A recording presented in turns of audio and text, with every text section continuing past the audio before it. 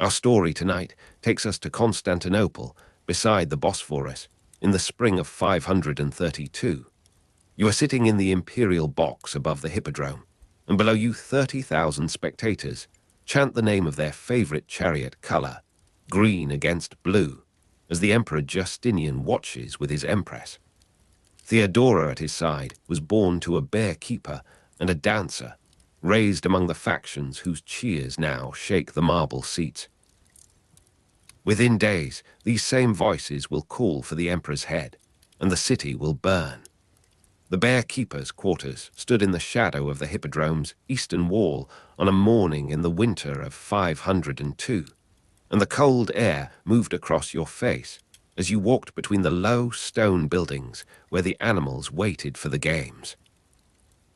You are standing at the edge of a narrow courtyard where sawdust has been scattered over frozen mud, and the smell of bear grease hangs in the stillness like a curtain you must push through to enter the pens. Around you, the wooden doors of the animal cages stand open to the grey light, and iron chains coil against the walls where they were left after the last feeding. A child moves between the barrels of fish scraps and the piles of oakum bedding, and this child is Theodora, who was born around 500, probably in Constantinople or its vicinity, and who will one day rise to become Augusta in the sacred palace complex on the shore of the Bosphorus.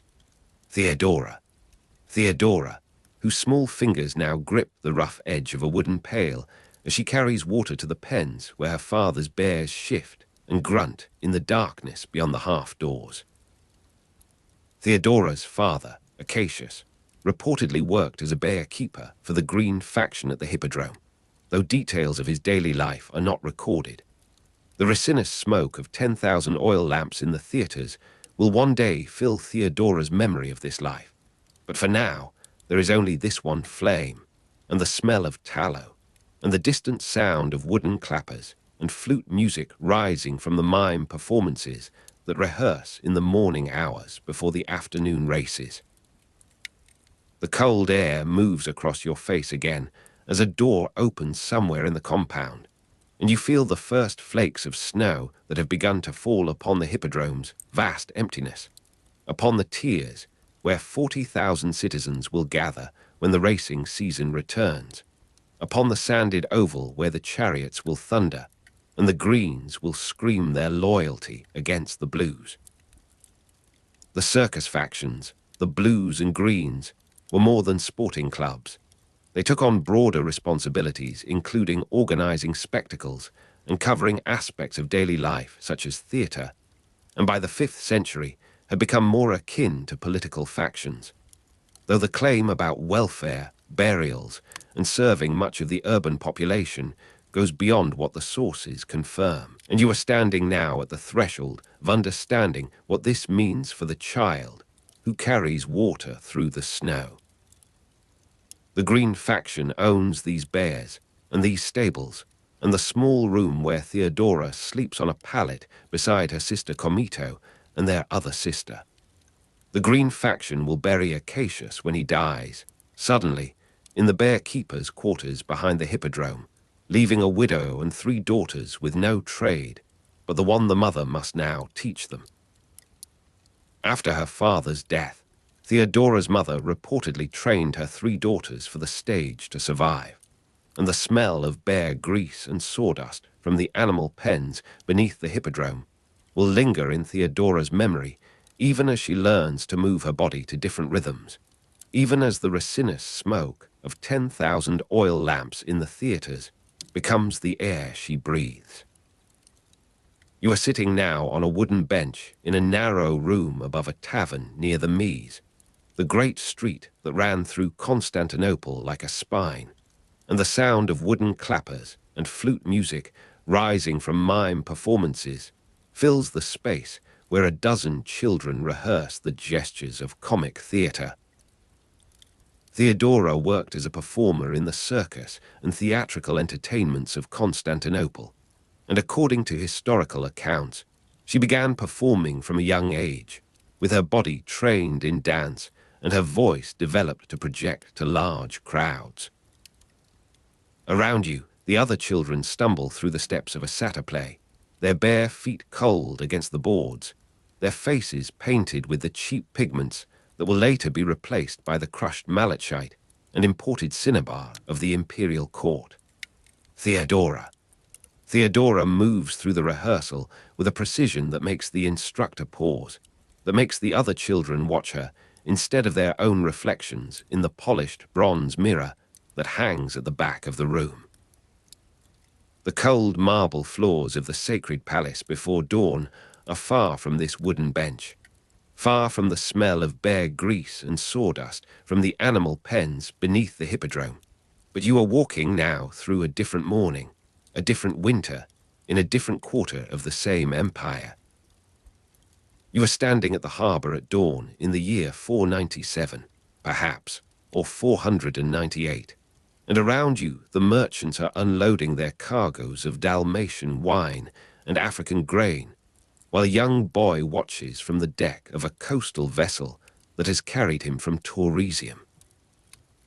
Justinian was born around 482 in Tauresium, near modern-day Skopje, and this boy who grips the railing as the ship approaches the greatest city in the Mediterranean world is Petrus Sabatius, whose uncle waits somewhere in the streets beyond the quays.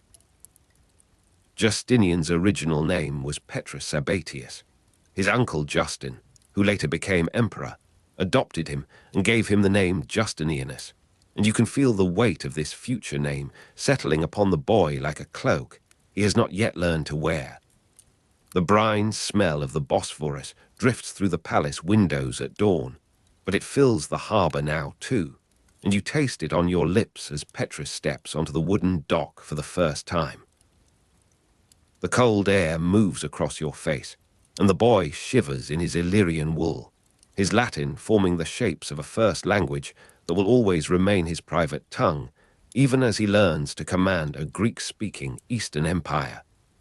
Justinian spoke Latin as his first language, but ruled a predominantly Greek-speaking Eastern Empire, and the tension between these two facts helped shape aspects of his reign. You're walking behind him now as he follows a dockworker through the maze of warehouses and customs houses, past the granaries where the city's bread is stored against siege, past the monasteries where monks chant the hours in a language the boy does not yet understand. The uncle who made boots and became emperor lives in a modest house near the palace quarter, and you are standing in the doorway as Justin embraces his sister's son for the first time in years. Justin was an Illyrian peasant who had risen through the ranks of the army to become emperor in 518. But in this earlier moment, he is simply a man in late middle age with thick fingers and a soldier's posture, a man who has made himself useful to the right people and who believes that blood obligation extends to opportunity. Around you, the room smells of leather and beeswax, of the bootmaking trade that Justin has left behind but not forgotten, and you can see the tools still hung upon the wall as evidence of a life that ascended through violence and patience to the threshold of power. Theodora and Justinian married in 525 before Justinian became sole emperor, but the path to that marriage would wind through decades neither of them could yet imagine, through the death of an empress and the removal of obstacles that seemed, in this winter of 497 or 498, as permanent as the Theodosian walls. You are sitting now in a theatre on the slopes of the second hill, and the resinous smoke of 10,000 oil lamps in the theatres hazes the air where Theodora performs a comic monologue that has made the audience forget the cold outside. The sound of wooden clappers and flute music rising from the mime performances blends with laughter that rolls through the room like a physical presence, and you feel it in your chest as the young performer holds a pose of exaggerated modesty, her eyes finding the light in a way that seems to include every watcher simultaneously. Procopius of Caesarea. Procopius, who will write what power requires him to write, and who will hide what power forbids, and whose two voices will confuse historians for 15 centuries. The smell of bare grease and sawdust from the animal pens beneath the hippodrome has been replaced by incense and the sweat of frightened bureaucrats, and you are standing in an anteroom where Petrus Sabatius, now Justinianus, now simply the emperor's nephew and probable heir, receives reports from the factions while his uncle learns to sleep in a bed that once belonged to a god. The brine smell of the Bosphorus drifting through the palace windows at dawn finds you now in a different season, a different year, perhaps 520 or 521, and you are watching Theodora perform in a more elevated context, a court entertainment where her skills have attracted the notice of those who arrange such things for the amusement of the powerful. Theodora.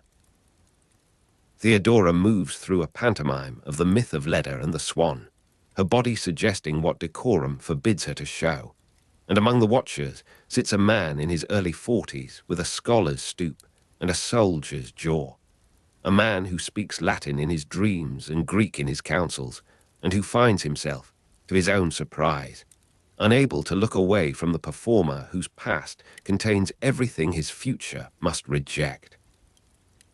You are standing in a corridor of the sacred palace complex on the shore of the Bosphorus, and the cold marble floors of the sacred palace before dawn send their chill through the thin soles of your slippers as you wait for an audience that will not be granted. Empress Euphemia, Justin's wife, reportedly opposed the marriage due to Theodora's background, and according to historical accounts, you can hear from somewhere beyond the gilded doors the voice of an old woman who rose from peasant obscurity herself, but who cannot forgive in another what she has buried in her own past. The weight of jeweled crowns during the 4-hour coronation ceremony is unimaginable from this position of exclusion, but the desire for that weight drives the negotiations that occur in smaller rooms, in coded letters, in the spaces between what can be said and what can be only implied. Around you, the icons glow with the particular gold of Byzantine devotion, and the sound of wooden clappers and flute music rising from the mime performances has been replaced by the single voice of a reader, chanting the psalms in the Greek that Theodora learned imperfectly and speaks with the accent of the streets.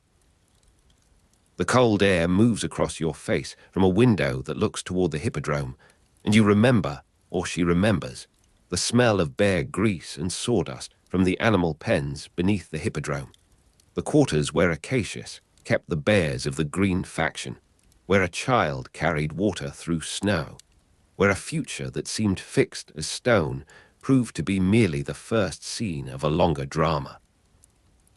Euphemia died in 523 or 524, removing the obstacle to the marriage, and you are standing in the palace corridors when the news arrives, watching the faces of courtiers calculate what this means for their own positions, their own alliances, their own carefully constructed narratives of the probable future. Theodora. Theodora is 24 or 25, no longer young by the standards of the stage, old enough to understand that the window that has opened will not remain open, that the death of an empress is not merely a private grief, but a structural shift in the architecture of power. Around you, the merchants of influence are unloading their cargoes of condolence and congratulation, and the cold air moves across your face as doors open and close in patterns you cannot yet read. You are walking through the years that follow, through the gradual consolidation of power as Justin ages and his nephew assumes the burdens of rule, through the legal reforms and the theological negotiations and the building projects that will reshape Constantinople into the city that memory preserves. Justinian became co-emperor with his uncle on 1 April 527, and you are standing in the hippodrome on that spring day, feeling the weight of jeweled crowns during the 4-hour coronation ceremony that elevates two Illyrian peasants to the summit of the Eastern Roman world. Theodora was crowned Augusta, Empress, alongside Justinian in 527, and you are watching from the edge of the imperial box as she receives the crown that makes her, in the eyes of the church and the state and the watching factions, the legitimate partner of power.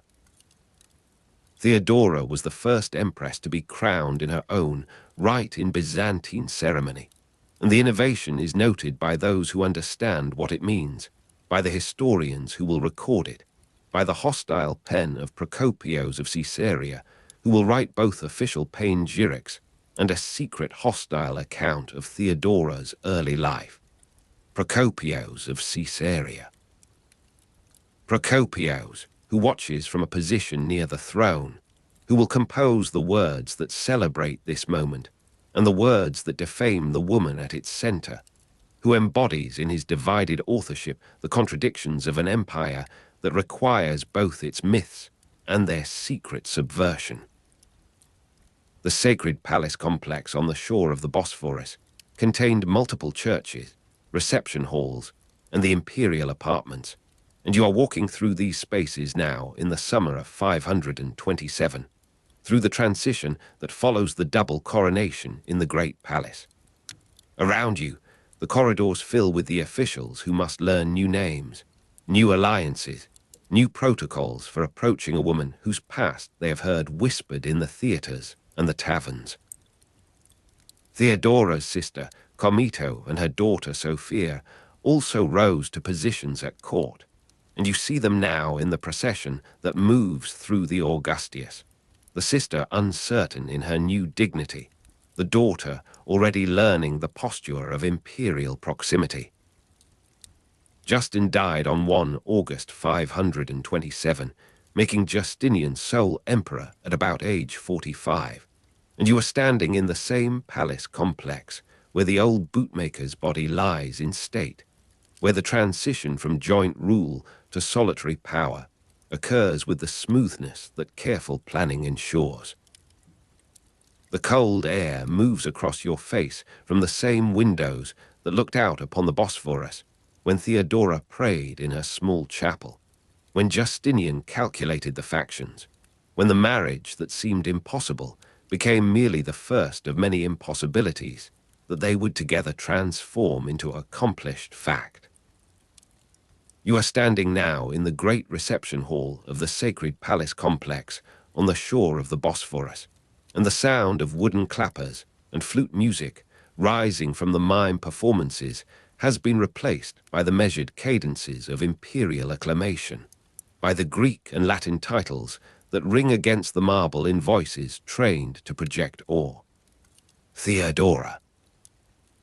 Theodora sits upon a throne beside her husband, and the smell of bare grease and sawdust from the animal pens beneath the hippodrome exists now only in memory, only in the secret history that will be written and hidden, only in the knowledge that power does not erase origin, but transforms its meaning. You are standing at the window now. The cold air moves across your face more gently than before. The water below moves in patterns that repeat and vary, that suggest without insisting, that carry the light of a rising sun toward shores you cannot see from here. You're standing at the window. The water moves. The light changes. The story continues in rooms beyond this one, in years beyond this year, in the slow unfolding that sleep makes possible. The morning of 11 January 532 arrives over Constantinople with a pale, brittle light that seems to crack rather than brighten across the sky. You are standing among the crowds, already pressing through the colonnaded approaches to the hippodrome, where the chariot races will begin with the customary ceremonies. The dry January wind moves between the marble porticos, carrying the smell of horse and oiled leather and the faint sweetness of incense from nearby shrines. Around you, merchants unload bread and wine for the spectators, and the ordinary music of a city waking to another day fills the spaces between the larger sounds. The cold air moves across your face. The light changes. The blues and the greens have occupied their separate sections since before dawn. Their colours massed like opposing armies across the vast oval of the hippodrome. You are standing near the barrier that separates the factions, where the tension of habitual rivalry hangs in the air like dust raised by thousands of shifting feet. The dry January wind that carried sparks across the marble porticos seems distant now, though later it will carry so much more than dust. Around you, the merchants are finishing their transactions, and the ordinary music of a city waking to another day gives way to the rising anticipation of the first race. The cold air moves across your face. The light changes. The races begin with their usual thunder, the four-horse teams bursting from the starting gates while the factions scream their support. You are standing where the sound pounds against your chest, where the name Nika, meaning conquer or win, rises and falls like breathing from 40,000 throats. The traditional victory cry of the spectators fills the hippodrome with a single urgent voice, though no single victor has yet emerged from the morning's competition. Around you, the merchants have become spectators now, and the ordinary music of a city waking to another day has been entirely replaced by something older and more primitive. The cold air moves across your face. The light changes. Between the fourth and fifth races, the prefect's heralds enter the arena with their bronze voices. You are standing where the announcement first becomes audible, where the words cut through the ambient noise like a blade through worn fabric. 2 men have been executed, they declare, one blue and one green, whose sentences were commuted, but then carried out anyway despite the reprieve that the crowd had been led to expect. The immediate cause was the execution of these 2 men, and the immediate effect is a silence so brief it might be mistaken for held breath. Around you, the merchants are frozen in their places, and the ordinary music of a city waking to another day has stopped entirely. The cold air moves across your face. The light changes. Then the name Nika, meaning conquer or win, returns to the hippodrome with a different meaning entirely. You are standing at the edge of the blues section as their cry merges with an identical cry from the greens, the traditional victory cry of the spectators now turned against the government that has betrayed both factions equally. The 2 factions, normally bitter enemies, have united against the government for the first time in the memory of anyone present, their hatred of the prefect, John the Cappadocian, finding common cause in this fresh outrage. Around you, the merchants are scrambling for the exits, and the ordinary music of a city waking to another day has been replaced by something that will not stop for 6 days. The cold air moves across your face. The light changes. The rioters move through the streets with the momentum of water finding its level, and by afternoon, the bronze entrance gate to the sacred palace has become their first great target. You are standing in the Augustine square as the mob approaches the chalk, their torches already visible as scattered stars against the darkening sky. Around you, the merchants have fled entirely, and the ordinary music of a city waking to another day has been replaced by the crackle of burning bronze and the crash of the great doors giving way. The cold air moves across your face. The light changes. The chalk burns with a particular intensity, its bronze plates heating until they glow like the walls of a furnace. And from this first victory, the rioters draw their plan for the night. You are standing in the Mise, the great thoroughfare, as the mob turns toward the Praetorium, the city prison, where more grievances await their attention. The Praetorium is stormed, and prisoners released into the confusion of streets that no longer recognize any authority but the crowds. Around you, the merchants are hiding behind barred shutters, and the ordinary music of a city waking to another day has been replaced by the crash of splintered doors and the cries of liberated prisoners.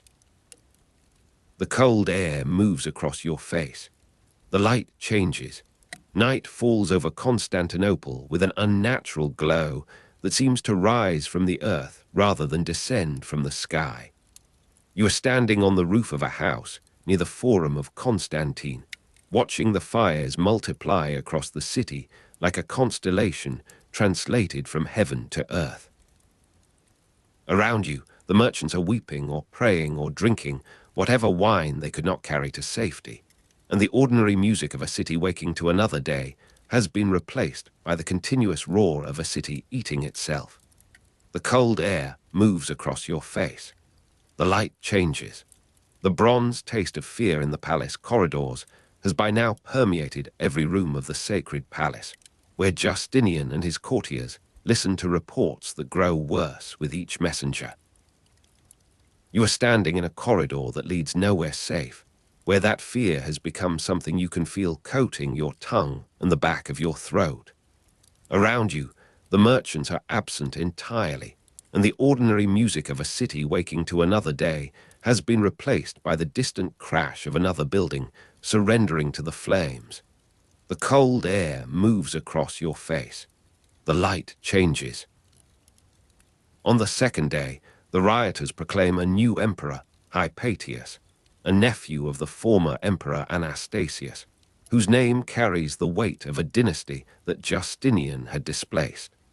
You are standing in the Augustan as the word spreads, watching the faces of those who must now choose between competing loyalties in a city that has already chosen violence. Hypatius is reluctant, but is physically dragged to the hippodrome and crowned with a gold necklace, the improvised ceremony witnessed by thousands who have already accepted his elevation. Around you, the merchants are negotiating with armed men for passage out of the city, and the ordinary music of a city waking to another day has been replaced by the rhythmic chanting of a crowd that believes it has found its emperor. The cold air moves across your face. The light changes. The church of St. Irene burns on the second night, its flames visible from the harbour where ships stand ready for an escape that has not yet been ordered. You are standing on the sea walls as the fire illuminates the dome from within, turning it into a lantern of destruction that marks the progress of the riots across the urban landscape. Around you, the merchants are loading their most precious goods into small boats, and the ordinary music of a city waking to another day has been replaced by the continuous thunder of collapsing architecture. The cold air moves across your face. The light changes. Night after night of fire visible across the entire city has by now erased any distinction between the hours of darkness and the hours of supposed illumination. You are standing on the roof of the baths of Zeuxippus, where the view extends from the burning harbour to the burning heart of the city, a panorama of destruction that seems to have no possible end.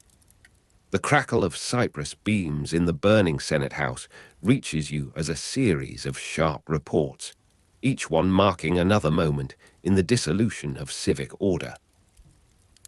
Around you, the merchants have either fled or joined the rioters, and the ordinary music of a city waking to another day has been replaced by the howling of dogs and the screaming of horses trapped in burning stables. The cold air moves across your face. The light changes.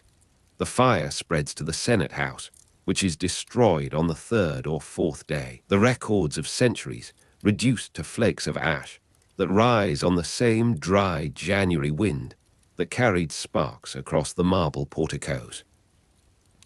You are standing in what had been the portico of the Senate House, where the crackle of cypress beams has given way to the softer collapse of walls that have lost their structural integrity. Around you, the merchants are sifting through the rubble for anything that might have survived, and the ordinary music of a city waking to another day has been replaced by the peculiar silence of individual buildings after their destruction, a silence that seems to echo the greater silence that will follow. The cold air moves across your face. The light changes. The flames reach as far as the church of Hagia Sophia, the great church, which burns to the ground with a solemnity that even the rioters observe, pausing in their destruction to watch the greatest building in Christendom surrender to the fire. You are standing in the Augustan as the dome falls, the sound like thunder that continues for longer than any natural thunder could sustain itself. The flames reaching as far as the church of Hagia Sophia, the great church, which burns to the ground and will burn again in the imagination of the emperor who will rebuild it. Around you, the merchants have fallen to their knees, and the ordinary music of a city waking to another day has been replaced by a silence so profound it seems to acknowledge that a threshold has been crossed. The cold air moves across your face. The light changes. The court gathers in the palace, ships prepared at the harbour for escape, the practical preparations for flight proceeding alongside the theoretical discussions of whether flight is possible or desirable. You are standing in a chamber near the sea walls of the sacred palace, where the bronze taste of fear in the palace corridors has been supplemented by the salt taste of sea air from the waiting vessels. Around you, the merchants are entirely absent, their place taken by courtiers who pack documents and sacred vessels with the methodical desperation of those who have already decided to leave. The cold air moves across your face. The light changes. Theodora refuses to flee, according to Procopius, telling assembled councillors that those who have worn the purple should not flee. Her voice in that moment the only certain sound in a palace where certainty has become scarce. You are standing at the edge of the assembled councillors, where Theodora's intervention, speaking to the men who would abandon the throne, has created a stillness in which her words can be weighed against the continuing roar of destruction beyond the walls. Around you, the merchants would have recognized the quality of her resolve, the absolute commitment to a position that redefines the possibilities for everyone present. The cold air moves across your face. The light changes. The generals begin their preparations on the 5th day, Belisarius and Mundus leading the suppression of the revolt with the methodical precision that will characterize their later campaigns. You are standing in a courtyard where soldiers assemble in the half-light of fires that still burn in the distance, their armor dulled by the ash that falls continuously from the smoke-filled sky. Around you, the merchants are absent, and the ordinary music of a city waking to another day has been replaced by the clatter of weapons being checked and distributed. The cold air moves across your face. The light changes. The 6th day dawns on a city that has passed beyond exhaustion into a kind of waking sleep, the riots having lasted 6 days that seem to have compressed a generation of experience into a single continuous present. You are standing on the roof of a surviving building near the hippodrome, where the generals have established their final positions. The dull thud of bodies falling after the troops enter has not yet begun, though the silence that precedes it has already started to gather in the spaces between the scattered remaining shouts. Around you, the merchants are hiding or dead or fled, and the ordinary music of a city waking to another day has been replaced by the particular silence of a city after 6 days of continuous shouting, a silence that seems to wait for something definitive to complete it. The cold air moves across your face. The light changes. The trap closes on the hippodrome with the mechanical inevitability of a siege engine completing its function. The rioters trapped inside and massacred by troops who enter from multiple directions and block every exit. You are standing in a gallery above the arena floor, where the dull thud of bodies falling becomes a continuous rhythm that seems to have no possible ending, though contemporary accounts suggest tens of thousands die when imperial troops storm the hippodrome on 18 January. The cold air moves across your face. The light changes. The silence after the massacre extends through the remaining hours of 18 January and into the darkness that follows, a silence that seems to absorb even the sound of the fires dying for lack of fresh fuel. You are standing at the edge of the hippodrome as the last light fades, where this silence has become the defining fact of a space that will never again seem merely architectural. Around you, the merchants are beginning to emerge from their hiding places, and the ordinary music of a city waking to another day has been replaced by something too tentative to be called music, too broken to be called ordinary. The cold air moves across your face. The light changes. The smell of wet ash and extinguished fires on the morning of 19 January arrives with a mist that seems to rise from the earth rather than descend from the sky, the moisture settling on the ruins with a gentleness that contrasts with the violence of the preceding days. You are standing in the Mise where it passes through the Forum of Constantine, where this smell mingles with the older smells of the sea and of the thousands of bodies that remain unburied in the Hippodrome and elsewhere. Around you, the merchants are picking through the remains of their livelihoods, and the ordinary music of a city waking to another day has returned in fragments, a cartwheel squeaking, a voice calling, the sounds tentative as wounds beginning to form scabs. The cold air moves across your face. The light changes. The peculiar silence of a city after 6 days of continuous shouting has by now given way to a more complex acoustic environment, the silence itself becoming audible as a positive quality rather than merely the absence of noise. You are standing in the ruins of the Augustan, where this silence has settled into the stones and will remain there, according to those who believe such things, for generations to come. Around you, the merchants are counting their losses in a language that has not yet developed words sufficient to the scale of what has been destroyed. The cold air moves across your face. The light changes. The Nika riots were the most severe urban uprising of late antiquity, a judgment that subsequent historians have confirmed even as they have debated the precise numbers of the dead and the precise responsibilities of the surviving participants. You are standing in the Hippodrome on a morning many days after the massacre, where this fact has been inscribed in the stained stones and in the memories of those who will not speak of what they witnessed. Around you, the merchants are loading bodies onto carts for burial in mass graves outside the walls, and the ordinary music of a city waking to another day has been replaced by the creak of wheels and the dull sound of earth falling on earth. The cold air moves across your face. The light changes. After the riots, 30,000 alleged participants were said to have been killed in the Hippodrome alone, a figure that may be exaggerated, but that conveys the scale of the retribution that followed the restoration of order. You are standing at the edge of the mass graves, where the earth is still soft, where it has been turned over to receive its burden.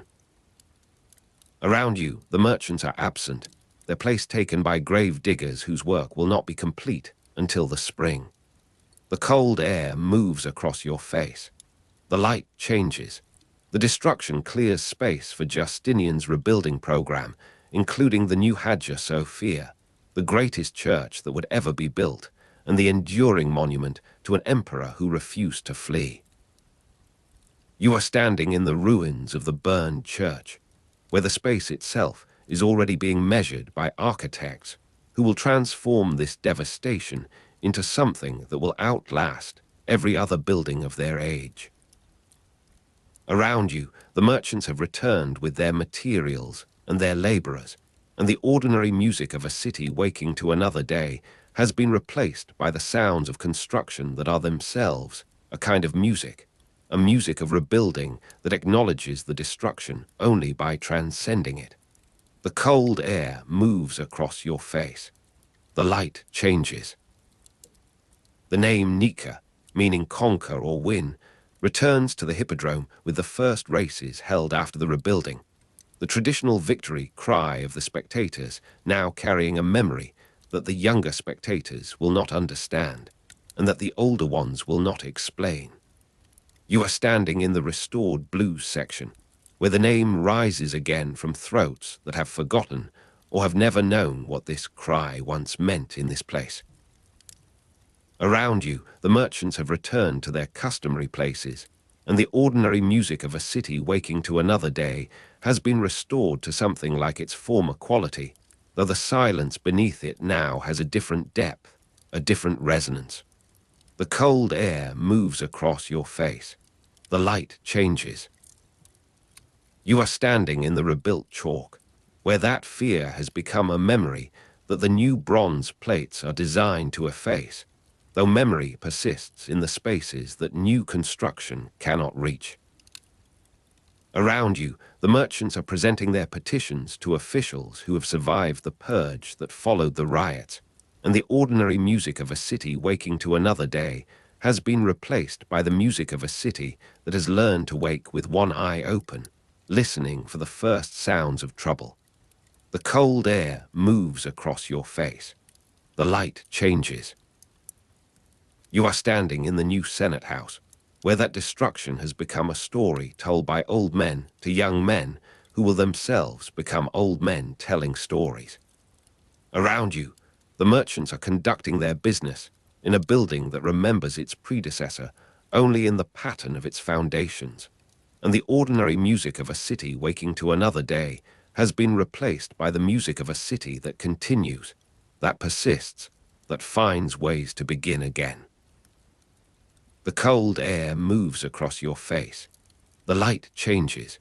You are standing in the hippodrome on an ordinary evening long after the massacre, where this silence seems to return in the pauses between the races, in the moments when the crowd draws breath before the next cry.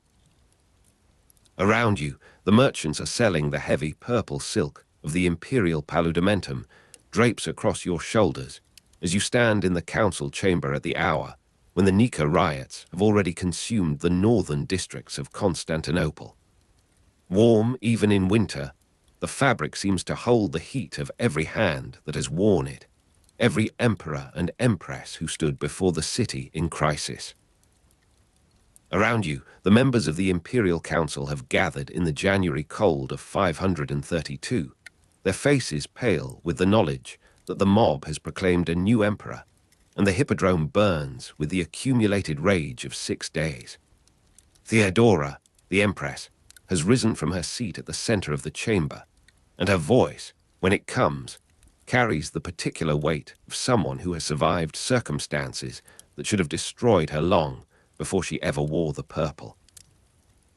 You are watching her as she speaks the words that Procopius will later preserve in his *Wars*, in book the first of that long account of Justinian's campaigns, the words that scholars will still read more than 14 centuries afterward.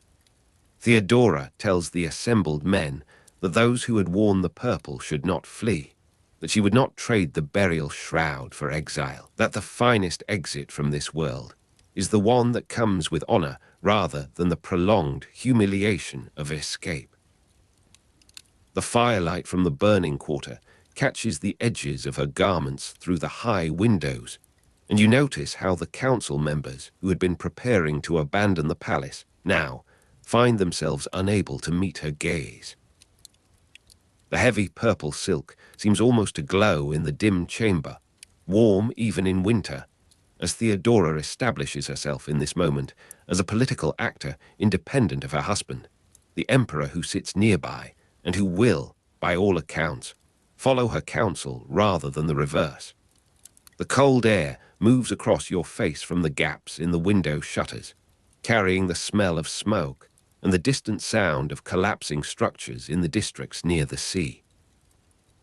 Around you, the council chamber retains its ordinary decorations, its maps and its codices, its evidence of an administration that had believed itself secure until the morning when the factions united against it.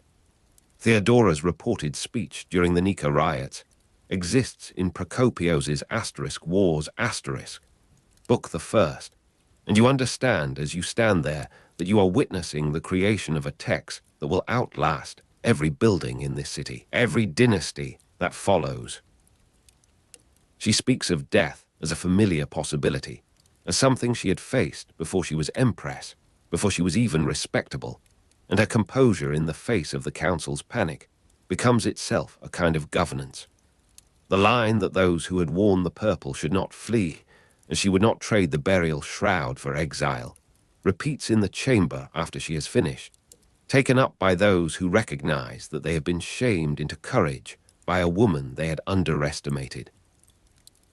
The heavy purple silk settles into its folds as Theodora resumes her seat, and the council proceeds to the practical business of survival, of military response, of the massacre that will clear the hippodrome by morning.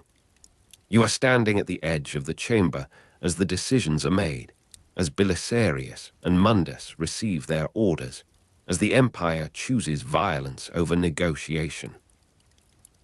The warm fabric, even in winter, has absorbed the tension of the room, and you find yourself wondering about the garment's previous wearers, about the hands that had embroidered its borders, about the ceremonies in which it had figured before it became the costume of this particular crisis.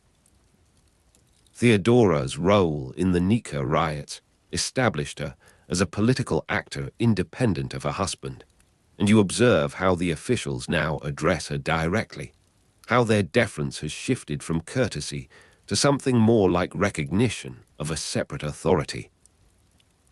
The particular stillness of the Augustine square after Theodora's death does not yet exist in this moment of fire and decision, but you can feel its possibility already, the absence that will follow when her voice is no longer heard in these rooms. The smoke thickens beyond the windows, and someone orders the shutters closed against the drifting embers. You are standing in the council chamber at the hour when Constantinople nearly fell, and Theodora has spoken the words that will define her, that will outlast the monuments and the conquests and the theological disputes that consumed the empire's later energies. The heavy purple silk, warm even in winter, has witnessed this transformation, has held its shape while history turned around it. The frankincense in the hidden chapel mingles with the palace cooking smells as you move through the corridors several months after the riots have ended, after the city has buried its dead and begun the work of forgetting how close it came to destruction. You are walking behind a small group of women in dark clothing, their footsteps soft on the mosaic floors of the sacred palace, their voices lowered to the pitch of conspiracy.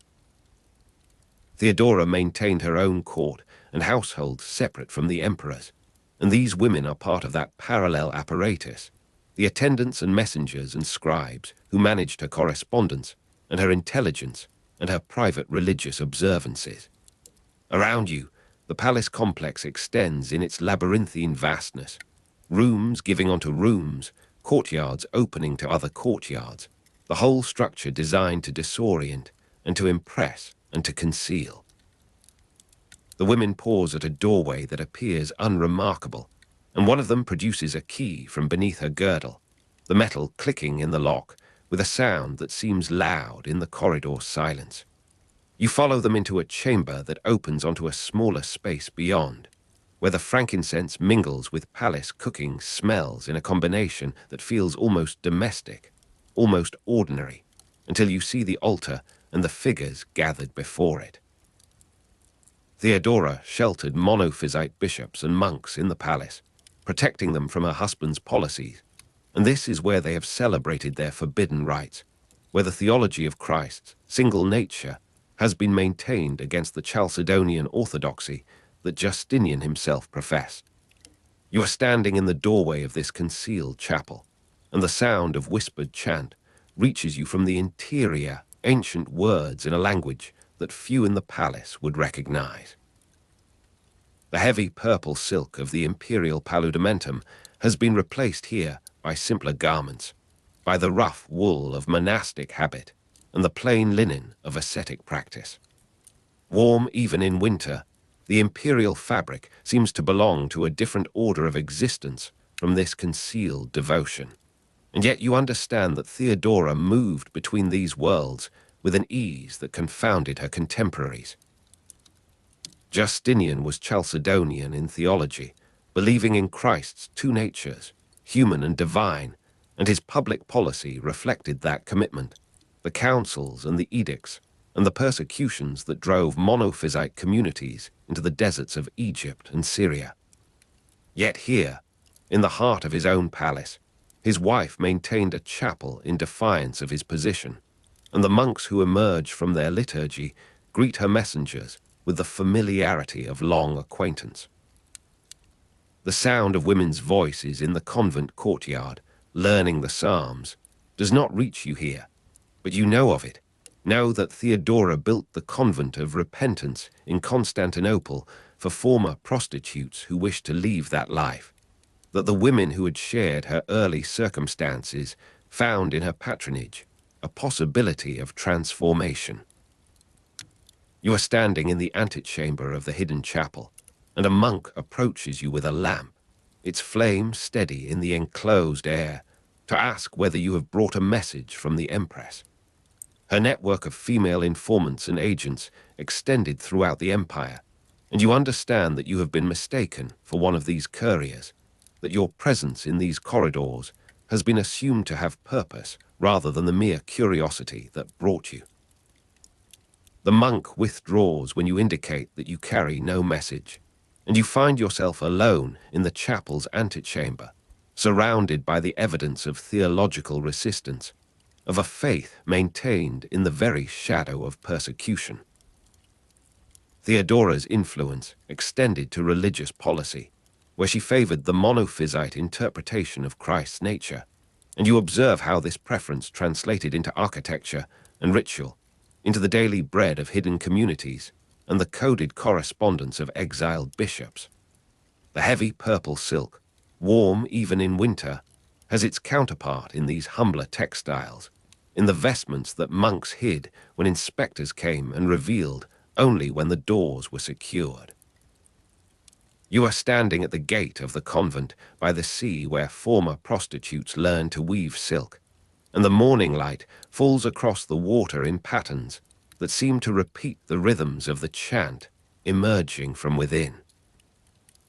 Around you, the harbour sounds continue their ordinary commerce, ships unloading grain and wine and the raw materials of empire, while within the walls a different economy proceeds, one of transformation and protection and the slow acquisition of skills that might permit survival in a world that had previously offered only exploitation.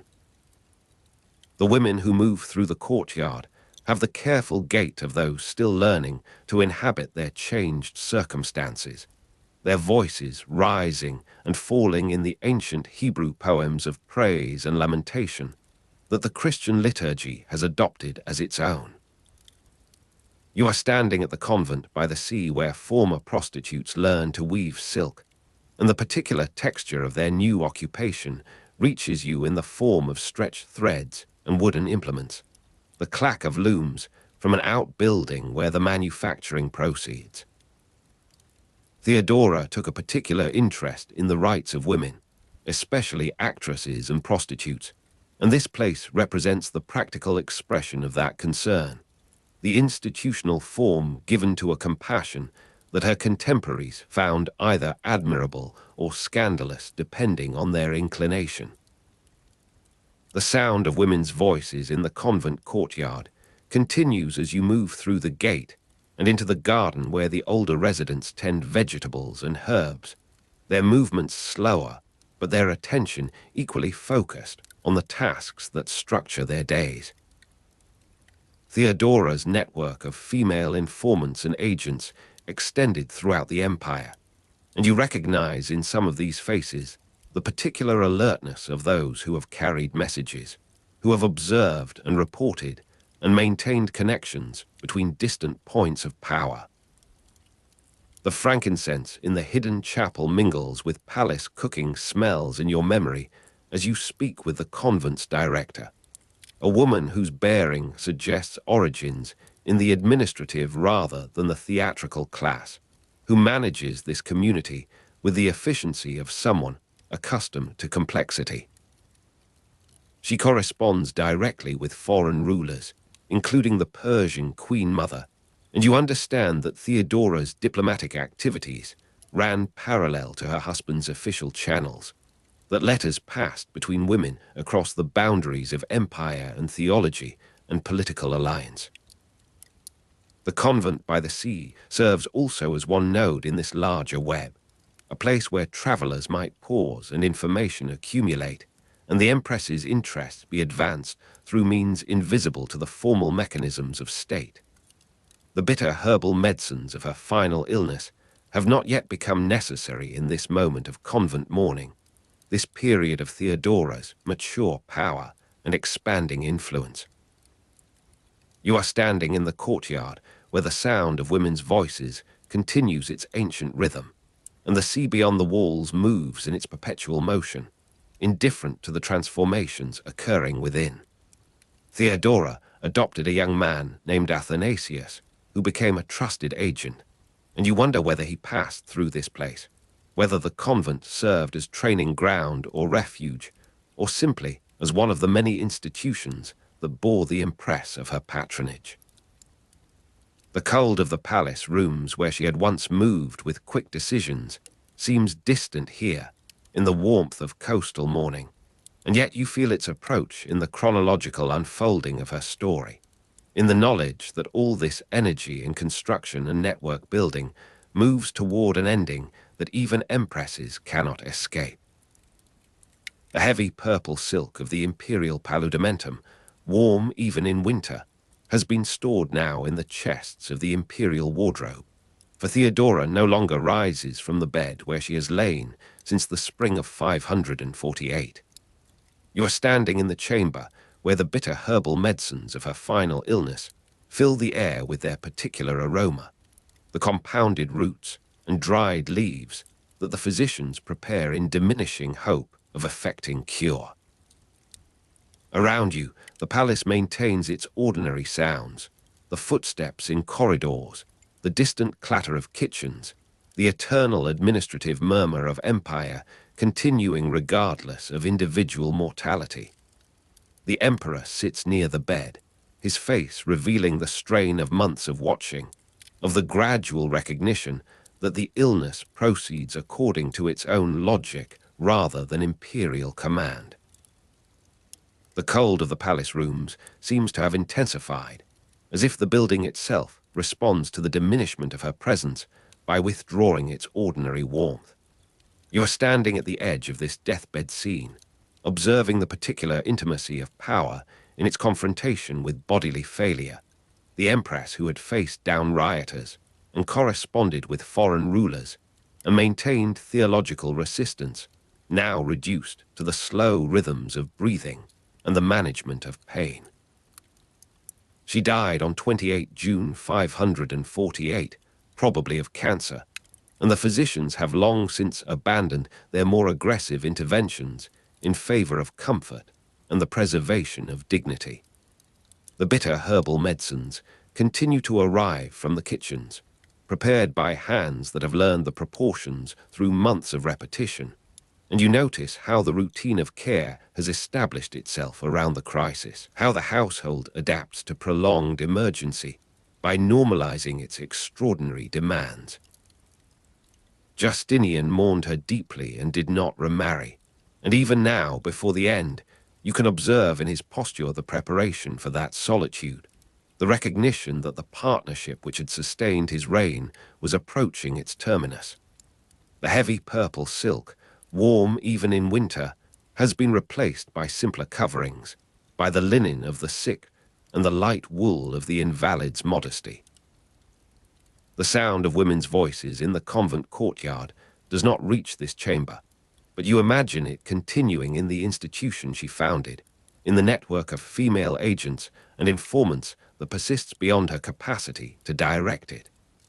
You are standing in the room where the cold seems to have concentrated itself, and the emperor's hand moves across the bedclothes in a gesture of connection that requires no witness, that continues regardless of your presence. Theodora's influence on legislation included laws protecting women in divorce and property rights, and you consider how those codified protections will persist while their advocate lies here, how the imperial legal system continues to enforce what she had established. The couple had no surviving children. Theodora's daughter from before the marriage did not live at court, and the absence of direct heirs adds to the finality of this illness, to the sense of a project concluding rather than continuing.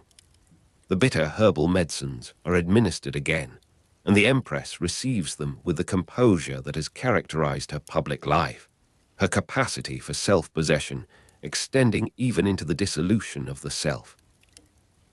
You are standing at the bedside where the particular stillness of the Augustine square after Theodora's death seems already to have begun, a quality of silence that precedes its official occasion, that gathers in the pauses between breaths and the moments when the physicians consult in lowered voices.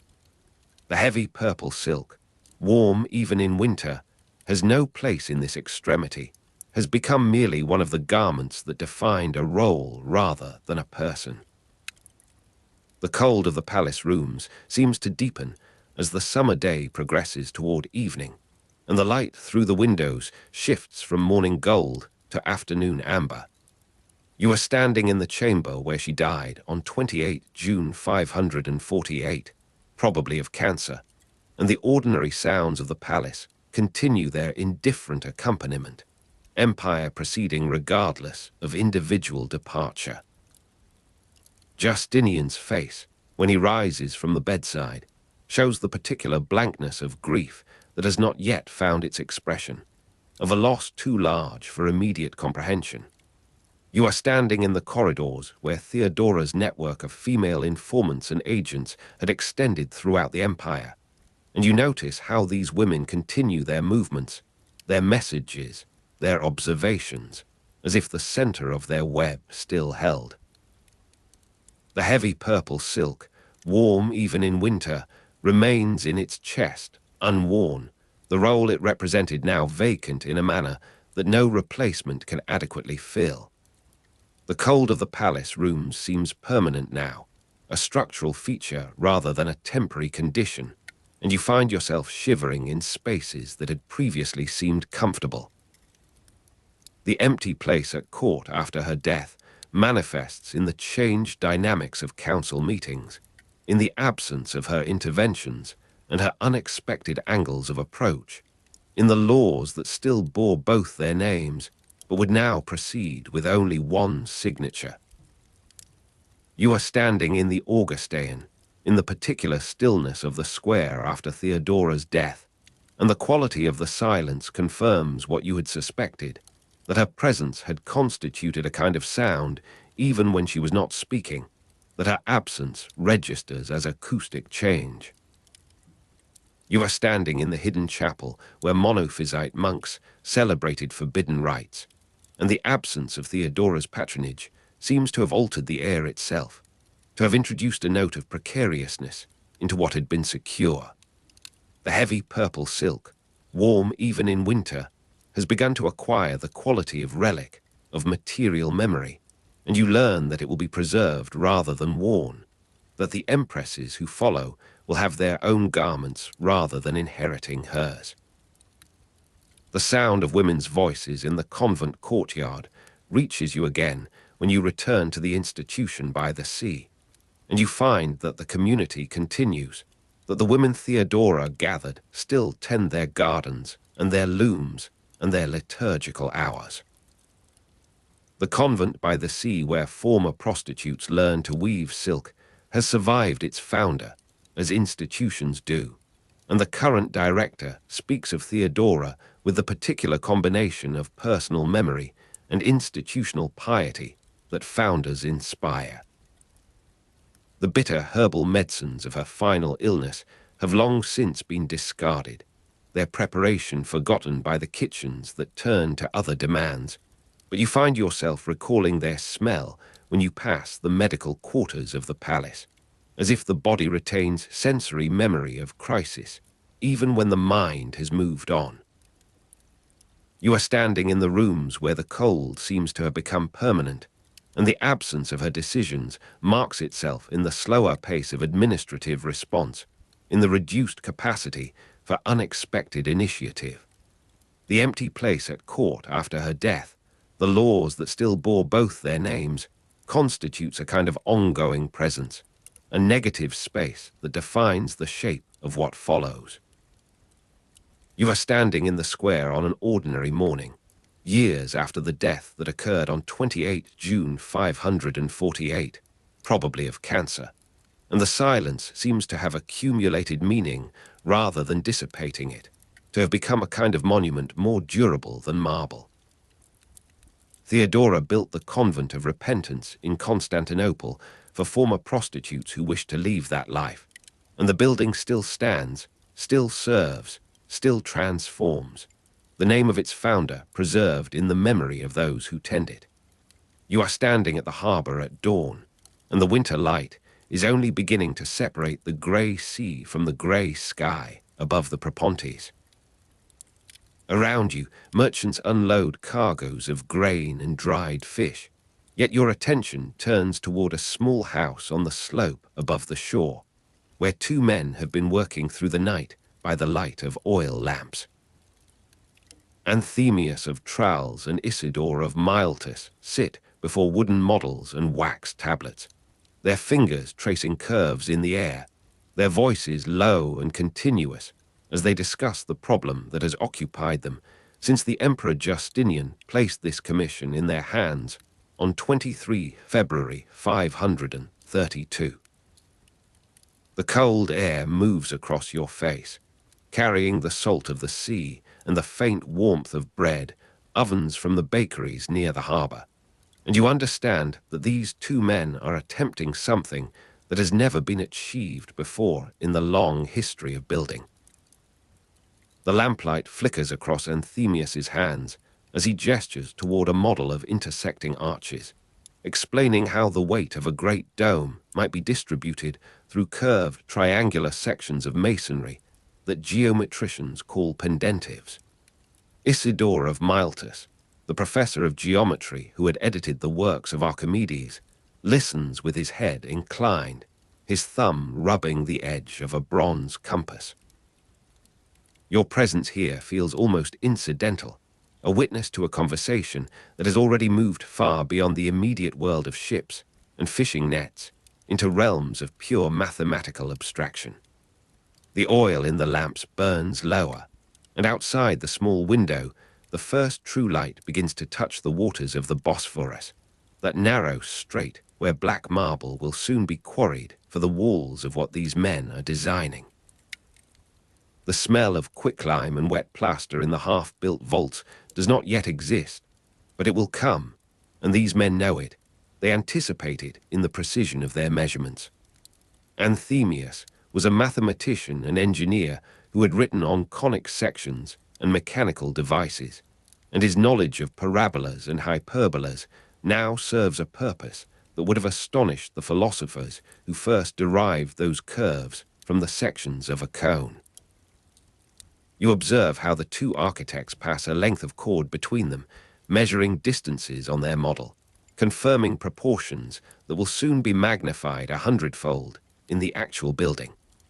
The cold air moves across your face once more as someone opens the door, admitting a servant with fresh bread and watered wine, and the interruption seems almost violent after the sustained intensity of the geometric contemplation. By the time spring has begun to soften the winter ground, the first marble blocks are arriving by sea from the quarries of Procopius, that island in the Sea of Marmara whose white stone will form the bones of the great church. You are standing at the harbour at dawn again, though now it is March, and the mist rises from waters that carry a different quality of light, a tentative warmth that promises the eventual arrival of summer.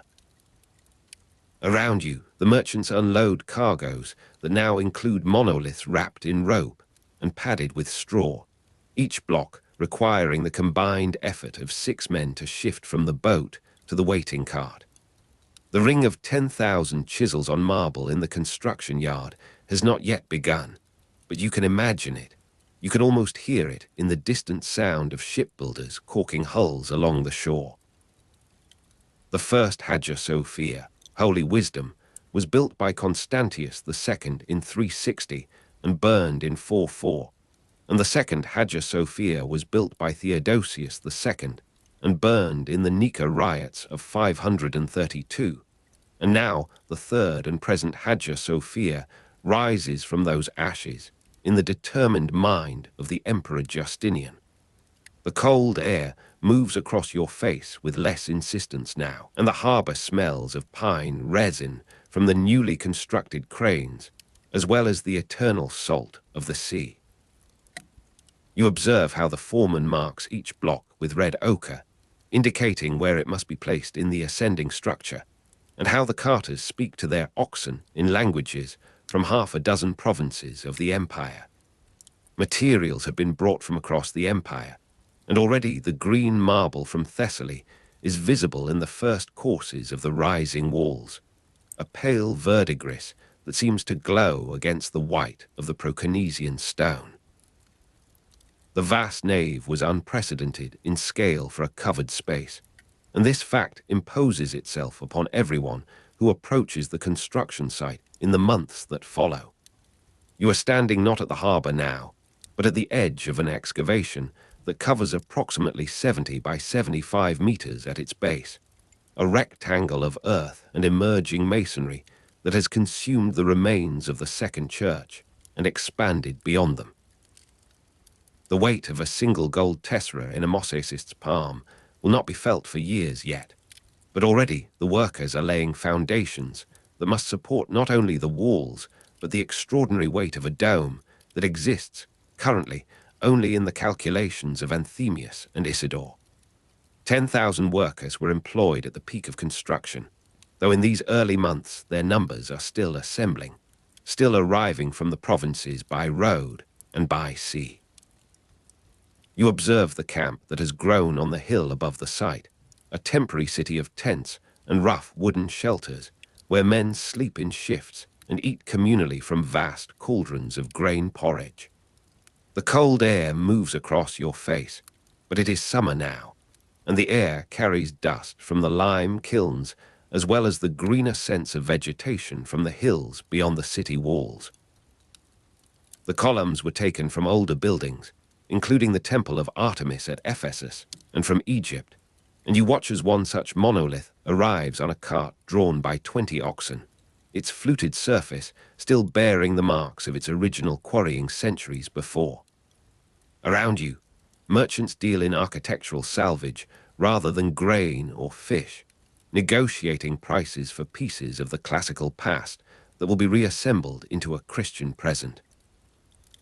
The first morning light, entering through the ring of 40 windows beneath the dome, cannot yet be experienced, for those windows do not exist. Yet the men who raise these borrowed columns understand that they are participating in something that will eventually contain such light, that will gather and transform it into an experience of sacred space. You are standing at the construction site at dawn, and the sun rises over the Asian shore to illuminate the half-built walls where the green marble from Thessaly catches the first rays with a subdued luminescence. Anthemius of Tralles and Isidore of Miletus move through the site with the authority of men who have translated their geometric abstractions into actual rising masonry, and their presence commands attention even among the chaos of 10,000 simultaneous activities. The building employed a pendentive system to place a circular dome on a square base, and you observe how the curved, triangular sections of the pendentives are gradually emerging from the supporting piers, how the transition from square to circle is being achieved through the patient accumulation of precisely cut stone. The cold air moves across your face only when you climb to the upper levels, where the wind finds its way through gaps in the incomplete structure. By the third year of construction, the walls have reached their full height, and the great wooden scaffolding begins to fill the interior, a forest of pine and fir that will support the dome during its construction, and for the uncertain period afterward, when the mortar must slowly cure and harden. You are standing inside the vast nave, though it is still roofless, and the sky above you seems almost shockingly open after the enclosing scale of the completed walls.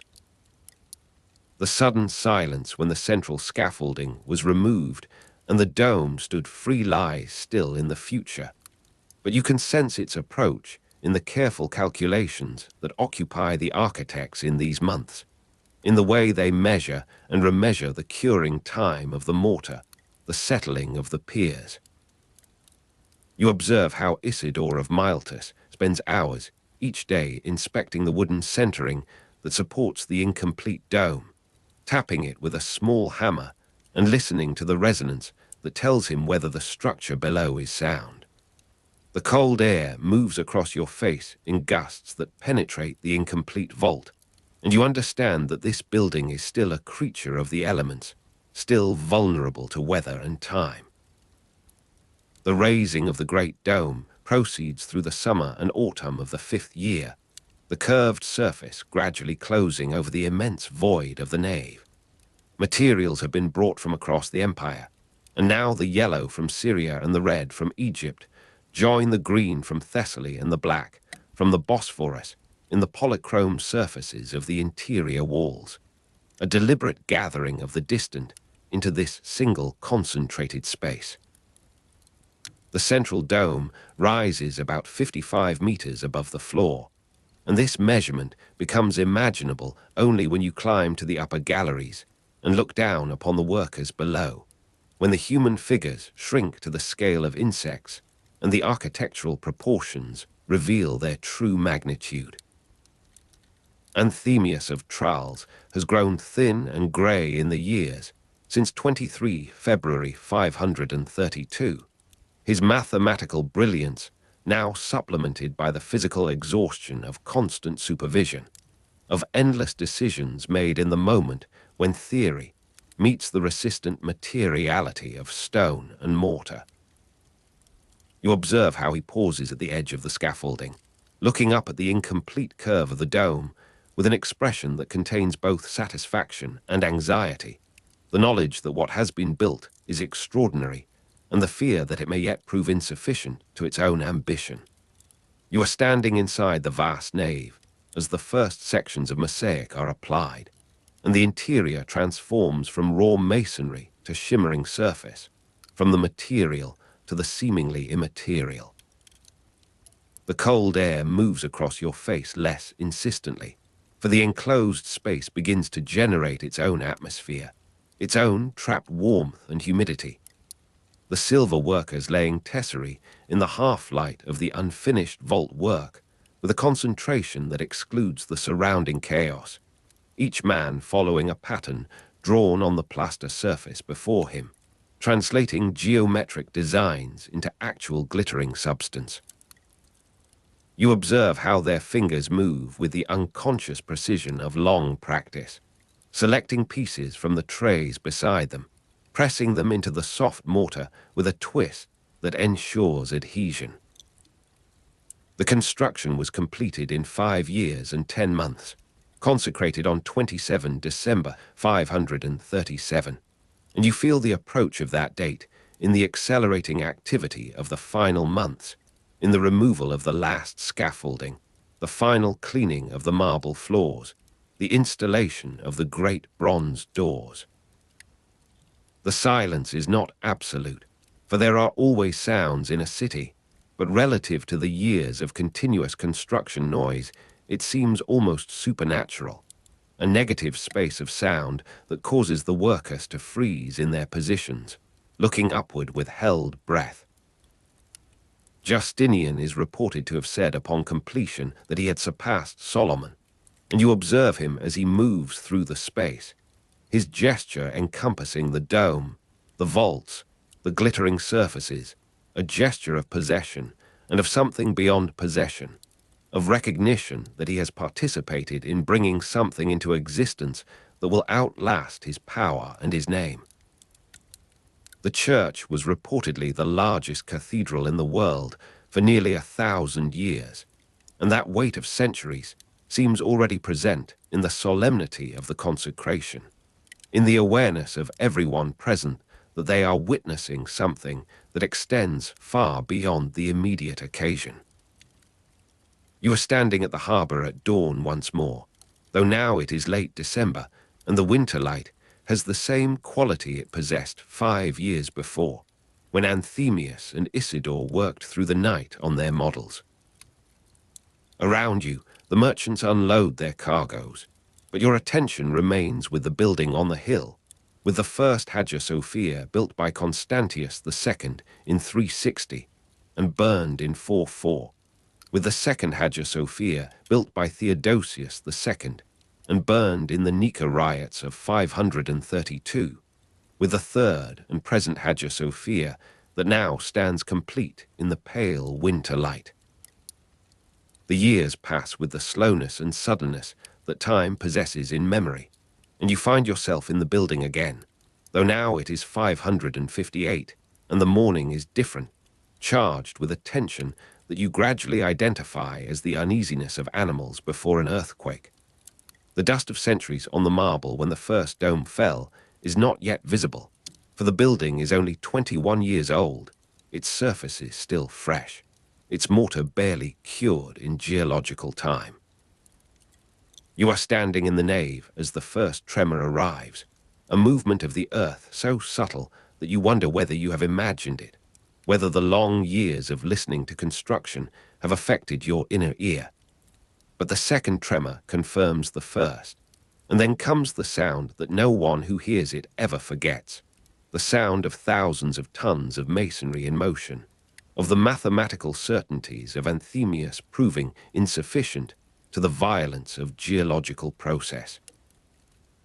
The first dome partially collapsed in 558 after an earthquake, and you are present for this catastrophe, shielding your face from falling fragments of gold mosaic as the great curve that seemed so eternal reveals its vulnerability. The falling timbers of the interior scaffolding, left in place from recent maintenance, crash against the marble floors with sounds that echo and multiply in the damaged space. The cold air moves across your face with a new intensity, for the dome that enclosed this interior atmosphere has been breached, and the sky is suddenly visible through a gap that widens even as you watch, as aftershocks continue to shake the structure.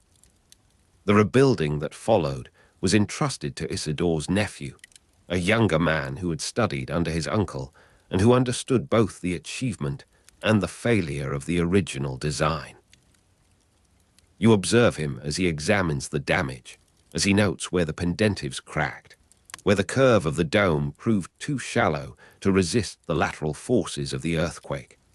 The years of rebuilding extend through the late 550 and into the 560, and you move through them with the patience of one who has learned that buildings, like empires, require time to achieve their final form. Materials have been brought from across the empire once more, though now the quarries are depleted in places, and substitutes must be found for the specific green marble from Thessaly or yellow from Syria that characterized the original decoration.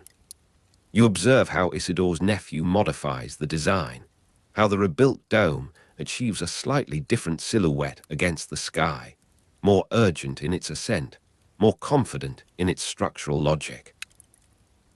The cold air moves across your face with the same winter quality it possessed on the day of the original consecration, and you understand that you have moved through more than 20 years in the presence of this building, that your life has been measured against its construction and destruction and reconstruction. The building covers approximately 70 by 75 meters at its base, and it covers them still, the footprint unchanged despite the drama enacted above. You are standing at the harbor at dawn, though now it is perhaps 562 or 563, and the rebuilt dome is complete above the city. Around you, the merchants unload their cargoes with the same eternal patience, and the ring of 10,000 chisels on marble in the construction yard has faded to a memory, to a story told among the older workers who remain. The church remained the largest cathedral in the world for nearly 1,000 years, and this future extends beyond your witnessing, beyond any individual life that moves through these spaces. You observe how the morning light falls upon the harbor water, how it catches the white sails of ships arriving from Procopius and Egypt and Syria, from all the distant places that contributed their materials to this central gathering. You are standing in the completed nave, and the years since 23 February 532 have accumulated into something that can only be called history. The personal history of Anthemius, who did not live to see the first dome fall, of Isidore, who died before the rebuilding, of Isidore's nephew, who completed the work his uncle began. The cold air moves across your face in the draughts that find their way through the great doors, and the first morning light, entering through the ring of 40 windows beneath the dome, moves in its slow daily progression across the marble floors, across the silver surfaces of the walls, across the faces of those who come here to pray or simply to stand in the presence of something that exceeds their comprehension. Materials have been brought from across the empire, and they remain, green from Thessaly and black from the Bosphorus and yellow from Syria and red from Egypt, gathered into this single place that Justinian ordered built and that has survived, in its essential form, the falling of its first dome, the passing of its emperors, the transformation of its faith. The cold air moves across your face, and you turn toward the hill where the dome rises, where it has risen and fallen and risen again, where it will continue to rise in the imagination of all who have stood beneath it. This third and present Hagia Sophia, holy wisdom, built by the Emperor Justinian and consecrated in the winter of 537, rebuilt after the earthquake of 558, preserved in the amber of historical memory as the largest cathedral in the world for nearly 1,000 years, as the surpassing of Solomon, as the proof that human ambition and human mathematics can together achieve something that approaches the permanent, the sacred, the ultimately still. Belisarius, the general who won back the West, you are standing in the Latin-speaking Balkans, somewhere between the Danube and the Adriatic, in the first light of the 6th century. The young Belisarius was born here, around the year 500 or perhaps 505, in a region the Romans still called Germania. Around you, the frontier pastures stretch green and damp with morning dew, and the horses of the imperial cavalry graze in herds that move like slow rivers across the land. The air smells of wet grass and of the smoke from distant watchtowers where the limitanae, the frontier soldiers, keep their perpetual vigil against the peoples beyond the river. You feel the damp cold of this borderland seeping through your cloak, the same garment that a boy from these parts might have worn while learning to ride, to throw a javelin from a galloping horse, to sleep in the open beneath a sky crowded with unfamiliar stars. The young officer from the Balkan frontier learned his cavalry tactics in these hills, where the Roman army still maintained the traditions of mounted warfare that had subdued so many provinces across so many centuries. Belisarius rose through the ranks with a quiet competence that drew the attention of his superiors and eventually the attention of the emperor himself. You're watching him now as he receives his first major command, appointed Magister Militum per Orientum, commander of the Eastern armies under Justinian. The title is spoken in a ceremony at the palace in Constantinople, where the mosaic floors reflect lamplight in patterns of gold and blue, and where the emperor's gaze is said to be difficult to meet directly.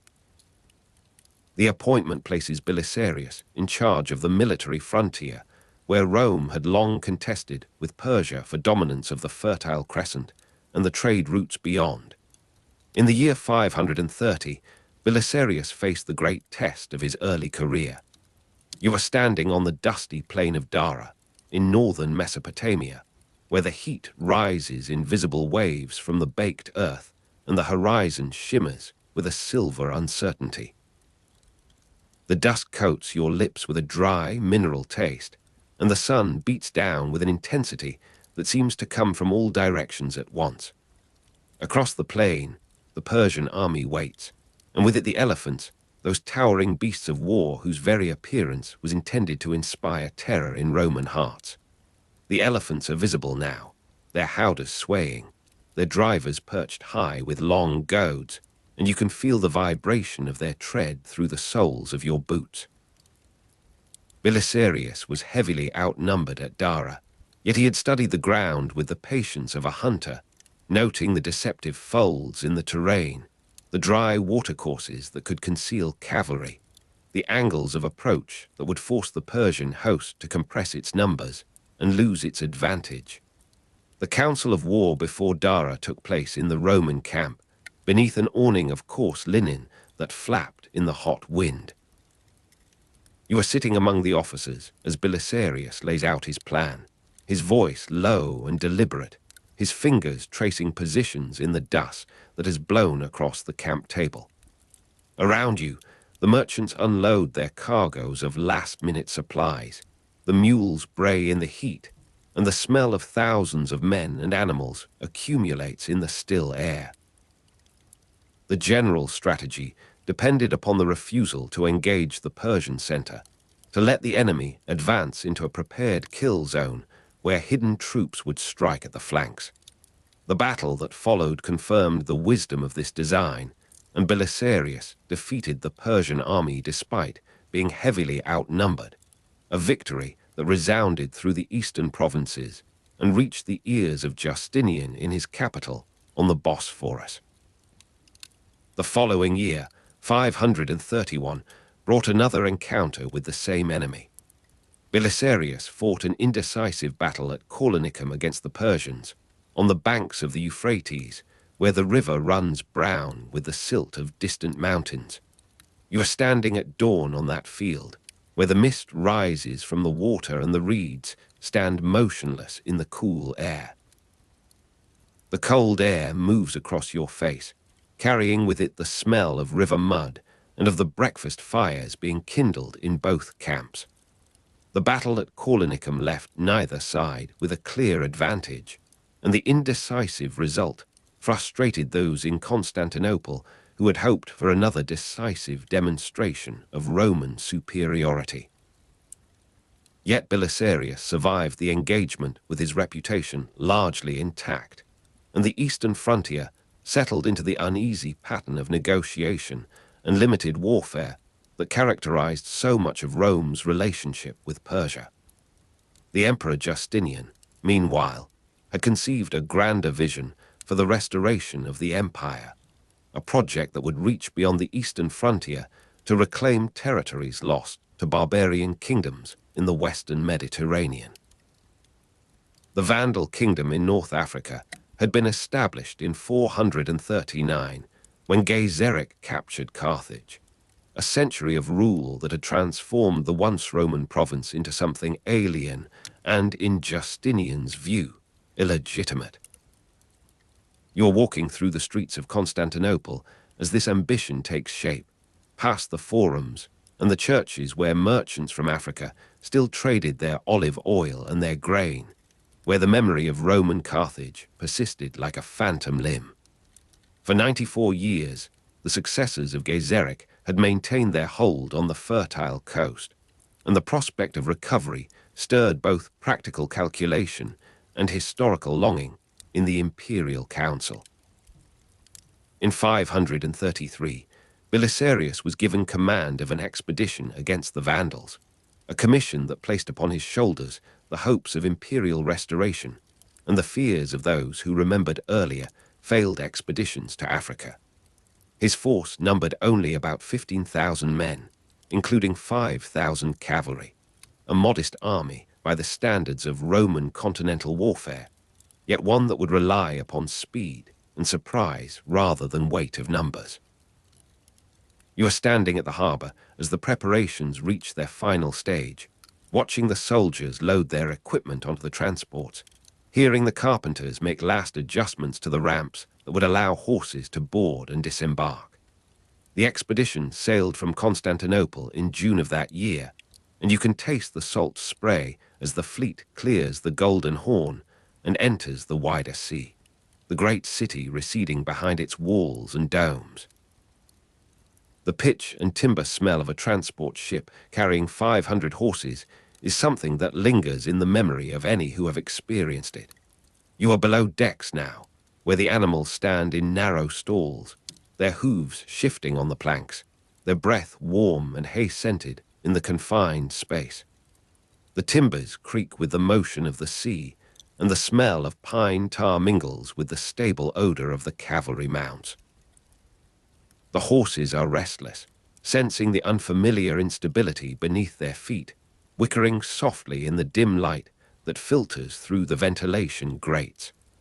Sailors move among them with buckets of water and armfuls of fodder, speaking in the rough Greek of the maritime provinces, and the whole vessel groans like a living thing as it rides the swells of the Mediterranean. Belisarius landed in North Africa and won a decisive battle at Ad Decimum in September of 533, a victory achieved through the same combination of careful reconnaissance and tactical boldness that had served him at Dara. The Roman army approached Carthage along the coast road, and the Vandal king Gelimer, surprised by the speed of their advance, attempted to intercept them at a narrow defile 10 miles from the capital. You are standing on that battlefield now, where the September sun still carries the heat of summer and the scrubland smells of dry rosemary and thyme. The Roman cavalry struck the Vandals at the moment of their disorganization, and the pursuit carried all the way to the gates of the city itself. He captured Carthage and entered in triumph, restoring to Roman hands the great capital that had been lost 94 years before. You are walking through the streets as Belisarius enters, past the harbour where the Vandal fleet had once dominated the Western Sea, past the circular harbour that could shelter hundreds of vessels in its protected waters. The Vandal palace, with its fountains still running, stands as a testament to the civilization that had flourished here, the water cascading in marble basins, while the conquerors walked through rooms hung with tapestries and lit by lamps of African bronze. The silence of the Vandal royal tombs, opened for the first time in a century, awaits your footsteps, the air within them cool and still and heavy with the presence of the dead kings who had ruled this land through its long separation from Rome. The Vandal king Gelimer surrendered in March of 534, ending the kingdom that his people had established with such violence and maintained with such pride. Belisarius returned to Constantinople with the Vandal treasure and the captives, a procession that wound through the streets of the capital in a display of imperial restoration that moved even the jaded observers of the court. Justinian allowed him a triumph, rare for a non-emperor, and you are standing among the crowd as the general passes, his face modestly downcast, the captured king walking before him in the ancient pattern of Roman victory. The spoils of Africa, the gold and silver and carved ivory, the horses and the tapestries, and the choruses of singers trained in the Vandal style, all passed through the streets in a spectacle that lasted for hours. The Gothic kingdom in Italy had been established under Theodoric the Great in 493, a generation before the Vandal capture of Carthage, and it represented a more formidable and more deeply rooted barbarian state. Theodoric had ruled with a deliberate policy of Roman Gothic cooperation, preserving the administrative structures of Italy while maintaining the military supremacy of his own people, and his successors had inherited a kingdom that was in many respects the most sophisticated in the Western barbarian world. You are standing in the forum of some Italian city as this history weighs upon the present, feeling the afternoon sun on the ancient stones that Theodoric himself might have walked across, hearing the distant sound of a blacksmith's hammer that has not changed its rhythm in centuries. Belisarius invaded Sicily in 535, using the island as a stepping stone for the more ambitious project of mainland conquest.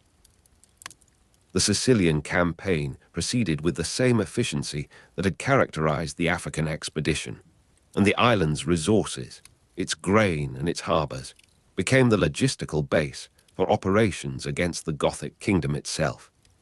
He crossed to mainland Italy in 536, and you were standing on the deck of a transport as the army makes landfall, the morning mist rising from the water and the coastline emerging like a dream from the haze.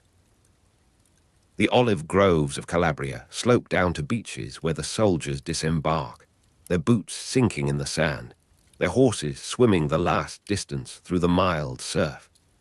He captured Naples in that same year, after a siege that demonstrated both the general's persistence and his willingness to use unconventional methods, including the entry of his troops through an abandoned aqueduct that ran beneath the city walls. The taste of rationed bread in the besieged city of Rome will come later, but already the pattern of warfare in Italy was establishing itself, a pattern of fortified cities and prolonged sieges that would test the resources and the patience of the Roman expeditionary force. Belisarius entered Rome in December of 536, and you are standing at the gates as the general rides through, the citizens lining the streets in a mixture of hope and apprehension, uncertain whether this restoration of Roman rule will bring the security they desire or merely inaugurate a new phase of destructive warfare. The siege of Rome by Gothic forces in 537 to 538 lasted over a year, and it stands as one of the most remarkable defensive operations in the military history of the ancient world.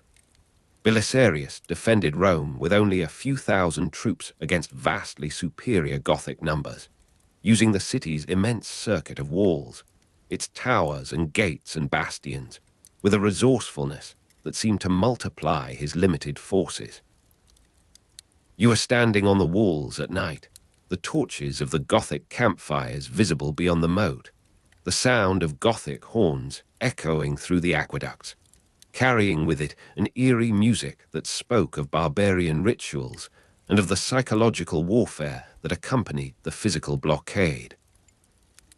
These same aqueducts, used as secret passages, allowed Belisarius to send messengers and raiding parties in and out of the city, maintaining communications with the Roman forces in the south and preventing the complete isolation that would have forced surrender. The year in besieged Rome tested every resource of the general's character and skill. You are walking through the streets where the population has been reduced by hunger and disease, where the great basilicas have become shelters for the displaced, where the fountains in the squares run dry and the ancient sewers are choked with debris. The sound of Gothic horns becomes familiar, almost a part of the city's own voice, and you learn to distinguish the signals of different Gothic commanders, to read in their patterns the movements of troops and the preparations for assault. The Goths eventually raised the siege due to plague and supply problems, the same factors that had decided so many ancient sieges, and Belisarius emerged from his ordeal with a reputation enhanced by the very extremity of the danger he had survived. The Gothic capital at Ravenna, however, remained in enemy hands, and the war in Italy continued with its exhausting rhythm of advance and retreat, of cities taken and lost and taken again. Belisarius captured Ravenna in 540 through a combination of military pressure and diplomatic maneuver that persuaded the Gothic leadership to surrender the city rather than see it destroyed. You are standing in the great church of San Vitale as the Roman army enters, the mosaics above you still glowing with their patterns of gold and blue and green, the same light that would later inspire the decoration of Justinian's own great church in Constantinople. The capture of Ravenna represented the apparent completion of the Italian reconquest, the restoration to Roman rule of the last major Gothic stronghold. Yet the victory at Ravenna marked not the culmination of Belisarius's career, but the beginning of its decline. Justinian recalled him, and suspicion fell upon the general, the ancient pattern of imperial jealousy that had destroyed so many capable commanders in Roman history. He was accused of plotting to establish his own kingdom in Italy, of using his popularity with the army and the Italian population to advance personal ambitions that threatened the emperor's own authority. Belisarius was cleared, but his career was repeatedly interrupted by court intrigue, the factions and the informers, and the whispered accusations that poisoned the atmosphere of Justinian's court. You are standing in the corridors of the great palace as these intrigues unfold, feeling the weight of the general's plain cloak when he returned without his army, the simple garment that marked his reduced status after the glory of the triumph. The cold reception at court, the emperor's jealousy, these were the rewards that awaited the man who had won back Africa and Italy for the Roman Empire. The wool ruff against your shoulder, the absence of the military belt, and the insignia of command, these are sensations you can almost feel yourself. The emperor's jealousy manifested itself in the assignment of subordinate commands, in the withholding of resources for further campaigns, in the promotion of rival officers who would check Belisarius's influence and report upon his activities.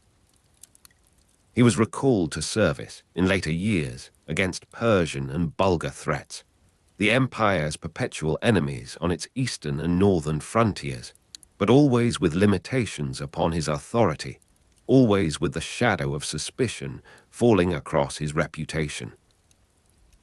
The later tradition that he was blinded and died as a beggar, almost certainly legendary, speaks to something in the imagination of subsequent ages. Some need to find in the general's fate a moral lesson about the dangers of excessive ambition or the ingratitude of princes. But the historical Belisarius died in 565, the same year as Justinian, after a final period of service that demonstrated his continued loyalty to the empire he had served so long and so well. You are standing at the harbour at dawn, perhaps, on some morning in the last years of his life, watching the fishing boats put out from the shore, feeling the same damp cold of the Bosphorus that he must have felt so many times in his long career. The water moves in slow swells against the seawalls, and the gulls cry overhead, and the city behind you begins its daily awakening with the sound of bells and the smell of bread baking in the early ovens. The young officer from the Balkan frontier had become, across 6 decades of service, the most successful Roman general of his age, and perhaps of any age since the great conquerors of the Republic. The dust of the Mesopotamian plain at Dara, the heat rising in visible waves, belonged to a distant past by the time of his death. Yet the memory of that victory, and of the others that followed it, persisted in the historical record that Procopius and other writers preserved. The silence of the Vandal royal tombs at Carthage had given way to renewed Roman rule that would itself prove temporary in the longer arc of North African history. Belisarius was born around 500 or 505 in Germania, in the Latin-speaking Balkans, and from that obscure origin he had risen to command armies and shape the destiny of empires. He became Magister Militum per Orientum, commander of the eastern armies under Justinian, and from that position he had launched the campaigns that would define both their reigns. In 530, he defeated a Persian army at Dara despite being heavily outnumbered, and in 531 he fought an indecisive battle at Corlinicum against the Persians. The entry into Carthage, the Vandal palace with its fountains still running, represented a moment of restoration that must have seemed to contemporaries like the turning back of time itself. He captured Naples in that same year and entered Rome in December, and the siege of Rome by Gothic forces in 537 to 538 lasted over a year. He captured Ravenna, the Gothic capital, in 540, and Justinian recalled him, and suspicion fell upon him. According to a later tradition, he was blinded and died as a beggar, but this is almost certainly legendary, a fiction invented by those who found in the generals fall a convenient moral for their own purposes. The historical Belisarius, the Belisarius of the records and the eyewitness accounts, died with his reputation substantially intact, his loyalty to the empire established beyond reasonable doubt, his military achievements standing as permanent monuments to a kind of generalship that combined tactical brilliance with strategic patience and an unusual capacity for inspiring trust in diverse populations. You are standing now in the twilight of the 6th century, looking back across the decades of war and restoration and suspicion and partial rehabilitation. The cold air moves across your face, carrying from the sea the promise of evening fog, and the lamps are being lit in the windows of the houses that climb the hills above the Bosphorus. The weight of the general's plain cloak has become, in the perspective of time, a symbol of something larger than one man's experience, a commentary upon the relationship between achievement and recognition, between service and reward, that has troubled every society that has depended upon the willingness of individuals to devote their lives to causes larger than themselves. The sound of Gothic horns echoing through the Roman aqueducts at night has faded into the silence of historical distance, yet it persists in the imagination as an emblem of the darkness that surrounds even the most successful human endeavors, the uncertainty that waits beyond every wall. The young officer from the Balkan frontier learning cavalry tactics had long since become the old general, recalled once more to face the empire's enemies, then finally released into the obscurity from which he had emerged. You are standing at the harbour at dawn, in the imagination of all who have known this city, Constantinople, that had sent him forth and recalled him, honoured him and suspected him, used him and set him aside.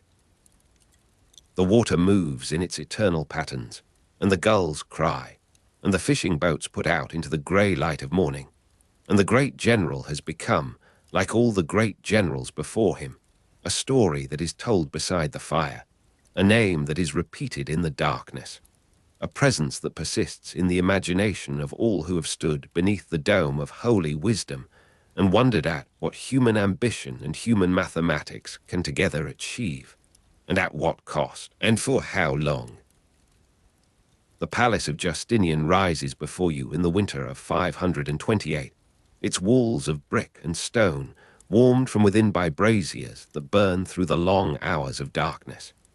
You are standing in the corridor that leads to the imperial scriptorium, and the air that moves past your face carries the smell of aged papyrus and parchment from rooms beyond, a dry and particular scent of vegetable fibers cured in Egyptian sun and stored for decades in cedar chests. Around you, servants pass with oil lamps that tremble in the draughts, and their shadows climb the vaulted ceiling like dark birds seeking escape. The February cold presses against the outer walls, yet within, the work proceeds in conditions of controlled and deliberate warmth. On 13 February 528, Justinian issued the Constitution Hec, ordering the compilation of a new code of imperial laws, and this order has set in motion a machinery of scholarship that will not cease for the remainder of his reign. The commission was led by the Quaestor Tribonian, a man of Syrian origin whose mind had absorbed the entire tradition of Roman jurisprudence during his years of study and practice in the eastern provinces. Tribonian has gathered 16 commissioners to assist him, and they have been granted chambers in the palace library where the accumulated legislation of 4 centuries awaits their attention. You are entering this chamber now, and the light that falls through high windows onto the long tables is the grey light of a Constantinople afternoon, diffused through clouds that have gathered from the Black Sea. The commissioners sit in postures of concentrated stillness, their reed pens moving across new vellum with a sound that fills the room as rain fills a courtyard, that scratch and pause and scratch again, that marks the transmission of thought from one mind to another across the barrier of ink. The particular brown of aged ivory tablets used for notes lies scattered among the documents, each tablet bearing the temporary impressions of stylus before the wax is smoothed and reused. Tribonian moves between the tables, his hand sometimes resting on a shoulder, his voice low in consultation, and you observe how the weight of responsibility has settled into the lines of his face during these months of labor. The Codex Justinianus must collect all valid imperial constitutions from Hadrian's reign onward, from those years 117 to 138, when the empire reached its greatest deliberate expansion. And this collection must be rendered coherent where centuries of accumulation have produced contradiction and confusion. The sorting of 2,000 scrolls and codices proceeds in conditions of methodical exhaustion, for the palace library contains copies of imperial pronouncements that have never been organized according to any single principle of arrangement. You are watching now as a commissioner unrolls a scroll of the 3rd century, its edges darkened by the oils of previous readers, its text interrupted by the annotations of officials long deceased. The elimination of obsolete laws requires judgment as much as scholarship, for what appears irrelevant to one age may contain the seed of principle that another age will nurture to full application. The commissioners read and discuss, and their voices blend with the scratch of reed pens on new vellum as the afternoon light fades and lamps are brought, and brought again, and the work continues through the winter darkness of 528 and into the spring that follows. The first edition of the Codex was published in 529, and copies were dispatched to the provincial governors who administered the vast territories still under imperial control. You are standing in the harbor at dawn when these first copies are carried aboard the ships that will bear them to Alexandria, to Antioch, to Carthage, and the cold air moves across your face with the salt particularity of the Propontes. Around you, merchants are unloading their cargoes of grain and wine and raw glass, and imperial couriers move past them with the sealed manuscripts that represent 4 centuries of legal tradition, reduced to ordered and portable form. The law has been made uniform, and this uniformity is itself a form of power that extends the emperor's presence into regions his armies cannot reach. But Tribonian's work has only begun, for the Codex addresses merely the legislation of emperors, and the greater body of Roman law resides in the writings of the jurists who had interpreted and developed this legislation across the classical period. The Digest or Pandex, issued in 533, would collect extracts from the works of classical Roman jurists, and the commission read and selected from approximately 2,000 books of juristic writings in the preparation of this monumental work. You are returning now to the palace scriptorium, and the smell of aged papyrus and parchment has grown more complex with the addition of new materials, the imported papers of Syria, and the heavier sheets of Egyptian manufacture that bear the commentaries of Ulpian and Paul and Modestinus. The commissioners work in conditions of sustained intellectual intensity that few scholarly enterprises have ever demanded or received. The digest was organized into 50 books and subdivided into titles, and this organization itself represents a triumph of editorial architecture, for the material had accumulated without plan over centuries of discontinuous composition. You are observing Tribonian as he examines a disputed passage, his finger tracing the Greek translation that accompanies the original Latin, his mind weighing the authority of one jurist against another in a silence broken only by the scratch of reed pens on new vellum from neighboring tables. The digest was so large that it was issued in manuscript copies rather than engraved on bronze, as was customary, and this physical fact determines something of its subsequent fate, for bronze endures where paper and parchment may decay or disappear. You are holding in your imagination the weight of a complete digest manuscript, too heavy for one man to lift, its multiple codices bound in leather and stored in the chests that travel with imperial administrators to their provincial postings. The copies of the digest being carried to provincial governors move through landscapes of great beauty and great danger, along roads that have known the passage of legions and emperors, and will know the passage of many more before the empire's final dissolution. The Institute, also of 533, served as a textbook for law students, and these institutes were based on the earlier institutes of Gaius, a 2nd century jurist whose work had survived in a single manuscript discovered in the previous century. You are entering now the law schools of Beirut and Constantinople, which were the principal centers of legal education in the Mediterranean world, and the sound of students reciting legal formulae in the morning cold reaches you from chambers beyond the courtyard where you stand. The course of study lasted 5 years, and the young men who undertook it came from families of moderate means, who recognized in legal expertise a path to imperial service and its attendant dignities.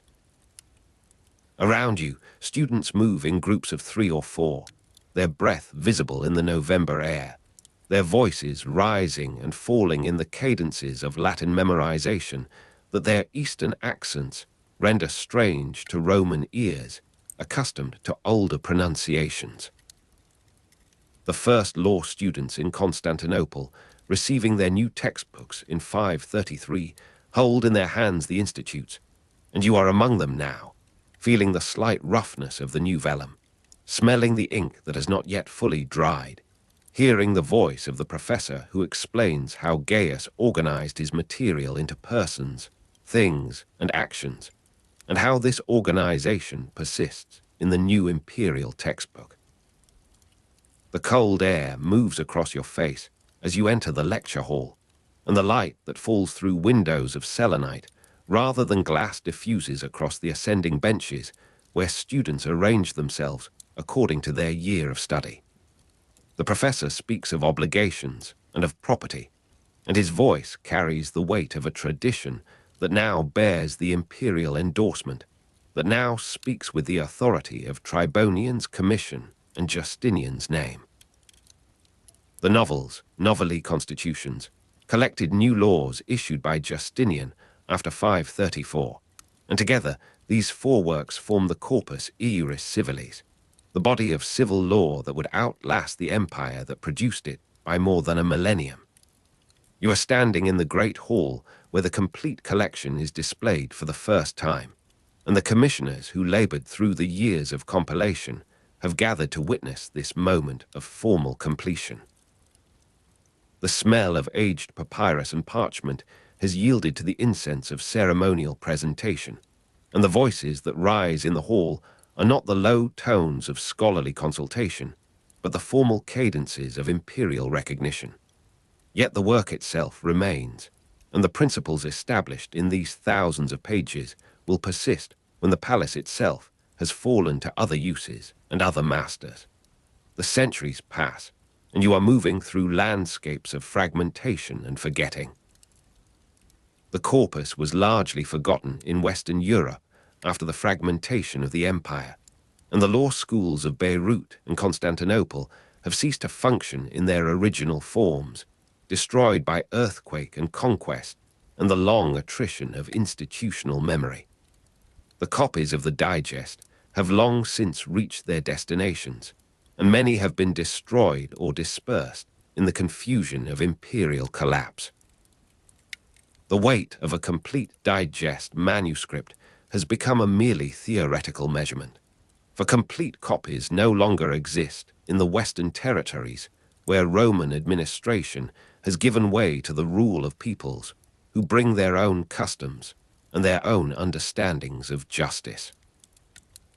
You are entering now the silence of the Bologna monastery library, where the manuscript waited 5 centuries, and the particular quality of this silence is not merely the absence of sound, but the presence of something stored and preserved against the expectation of future attention. The air moves very slightly in this underground chamber, and the cold that you feel is the cold of stone that has not known sunlight for generations, the cold of a space maintained in conditions of stable preservation. Around you, manuscripts rest in their chests and shelves, and the particular brown of aged ivory tablets used for notes has long since crumbled to dust where jurists once recorded their temporary impressions. The discovery in a Bologna library around 1070, the astonished scholar who found what generations had forgotten, this moment belongs to the history of human learning as one of its most consequential recoveries. You are watching this scholar now, his hand trembling as he unrolls the first sheet of a manuscript, whose script he recognizes as the Caroline minuscule of 3 centuries previous, whose content he recognizes with growing astonishment as the digest itself, the Pandex of Tribonian's commission, the extracts from approximately 2,000 books of juristic writings that had been assembled in the palace scriptorium of Justinian. The smell of aged papyrus and parchment has become the smell of parchment stored in monastic darkness, and the scratch of reed pens on new vellum has become the scratch of this scholar's own pen, as he makes the first of many copies that will disseminate this rediscovery across the learned landscape of medieval Europe. The sound of students reciting legal formulae in the morning cold of Constantinople has been silent for centuries, but it will sound again, transformed by time and place, in the lecture halls of medieval Europe, where the dead emperors speak again. The lecture halls of medieval Europe, where the dead emperors speak again, rise around you now, and the architecture of these spaces reflects the intellectual architecture of the material they transmit. You are sitting on a wooden bench in the school of Bologna, and the professor who stands before you speaks of obligations and of property in the Latin that has become the learned language of a world that no longer speaks it in daily commerce. The Corpus became the foundation of legal education in medieval European universities, and the course of study lasted 5 years, as it had in the law schools of Beirut and Constantinople, which were the principal centers of legal education in the ancient world. The cold air moves across your face in this northern hall, and the light that falls through windows of genuine glass, clearer and more brittle than the selenite of Constantinople, illuminates the faces of students who have traveled from German and French and Italian towns to recover what their ancestors had possessed and forgotten. The influence extends and ramifies across the centuries that follow this rediscovery. It influenced the development of civil law systems across continental Europe and later in Latin America, and the principles that Tribonian's commissioners extracted from their approximately 2,000 books of juristic writings find application in legal contexts that would have astonished the authors of those books. You are moving through the courts and chancelleries of early modern Europe, and the weight of a complete digest manuscript has been replaced by the weight of printed editions that circulate in thousands of identical copies. Yet the authority of the text persists in its new material form. The Napoleonic Code of 1804 drew upon Roman law principles transmitted through the Corpus, and this code itself would become a model for legal reform in territories that Napoleon never conquered, in cultures that spoke languages he never learned. You are standing in a modern library now, and the silence of the Bologna monastery library, where the manuscript waited 5 centuries, has been replaced by a different quality of quiet, the regulated atmosphere of climate control and fluorescent illumination. Around you, students bend over their texts, and the sound of their study is not the sound of students reciting legal formulae in the morning cold of Constantinople, but the sound of pages turning, of keyboards clicking, of the continuous low hum of ventilation and electricity.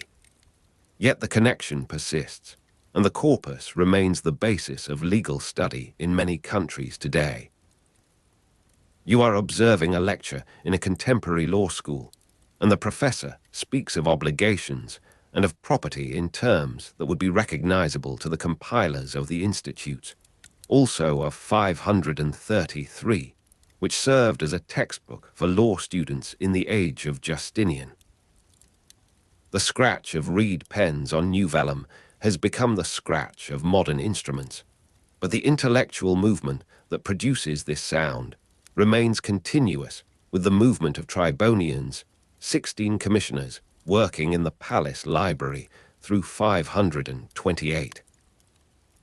The Codex Justinianus collected all valid imperial constitutions from Hadrian's reign onward, and this collection, revised in the second edition that followed in 534 after new laws had accumulated, still informs the understanding of what law is and how it functions in societies that have inherited this particular tradition of organized human conduct.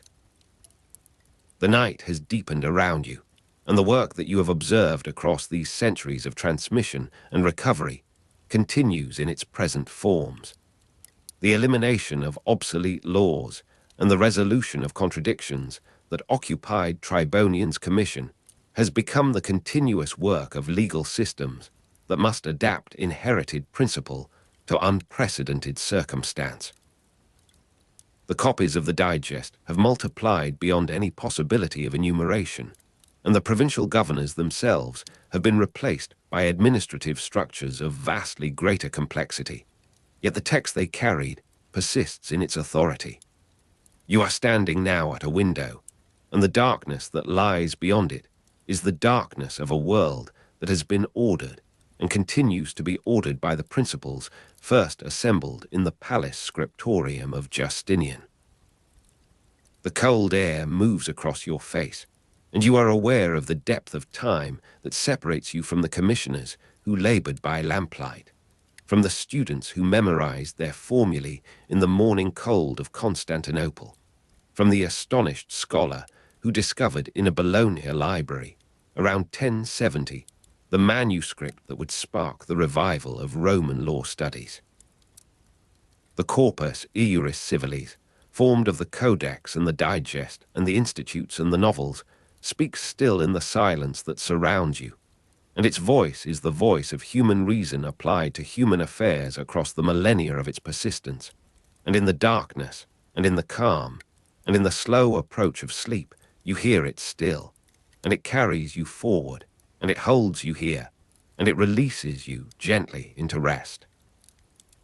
The harbour at Pelusium wakes slowly in the winter dawn of 541, and you are standing at the edge of the water where the grain ships are being loaded. Around you, the dockworkers move with the heavy rhythm of men who have done this work 1,000 times before, their bare feet slipping on planks wet with Nile water and fish scales. The air carries the smell of emmer wheat and the green rot of the river, and somewhere a donkey brays against the morning. You watch a sailor climb the mast of a merchant vessel bound for Constantinople, his silhouette dark against the grey sky. The first rumors begin here, in the Egyptian ports in early 541, whispered between men who have seen the sudden fever strike their companions down. A stevedore named Tomasios does not appear for his shift, and his brother finds him in their shared room with black swellings beneath his arms. The ship sails anyway, because grain must move, because Constantinople waits, because the world does not pause for whispers of sickness in distant towns.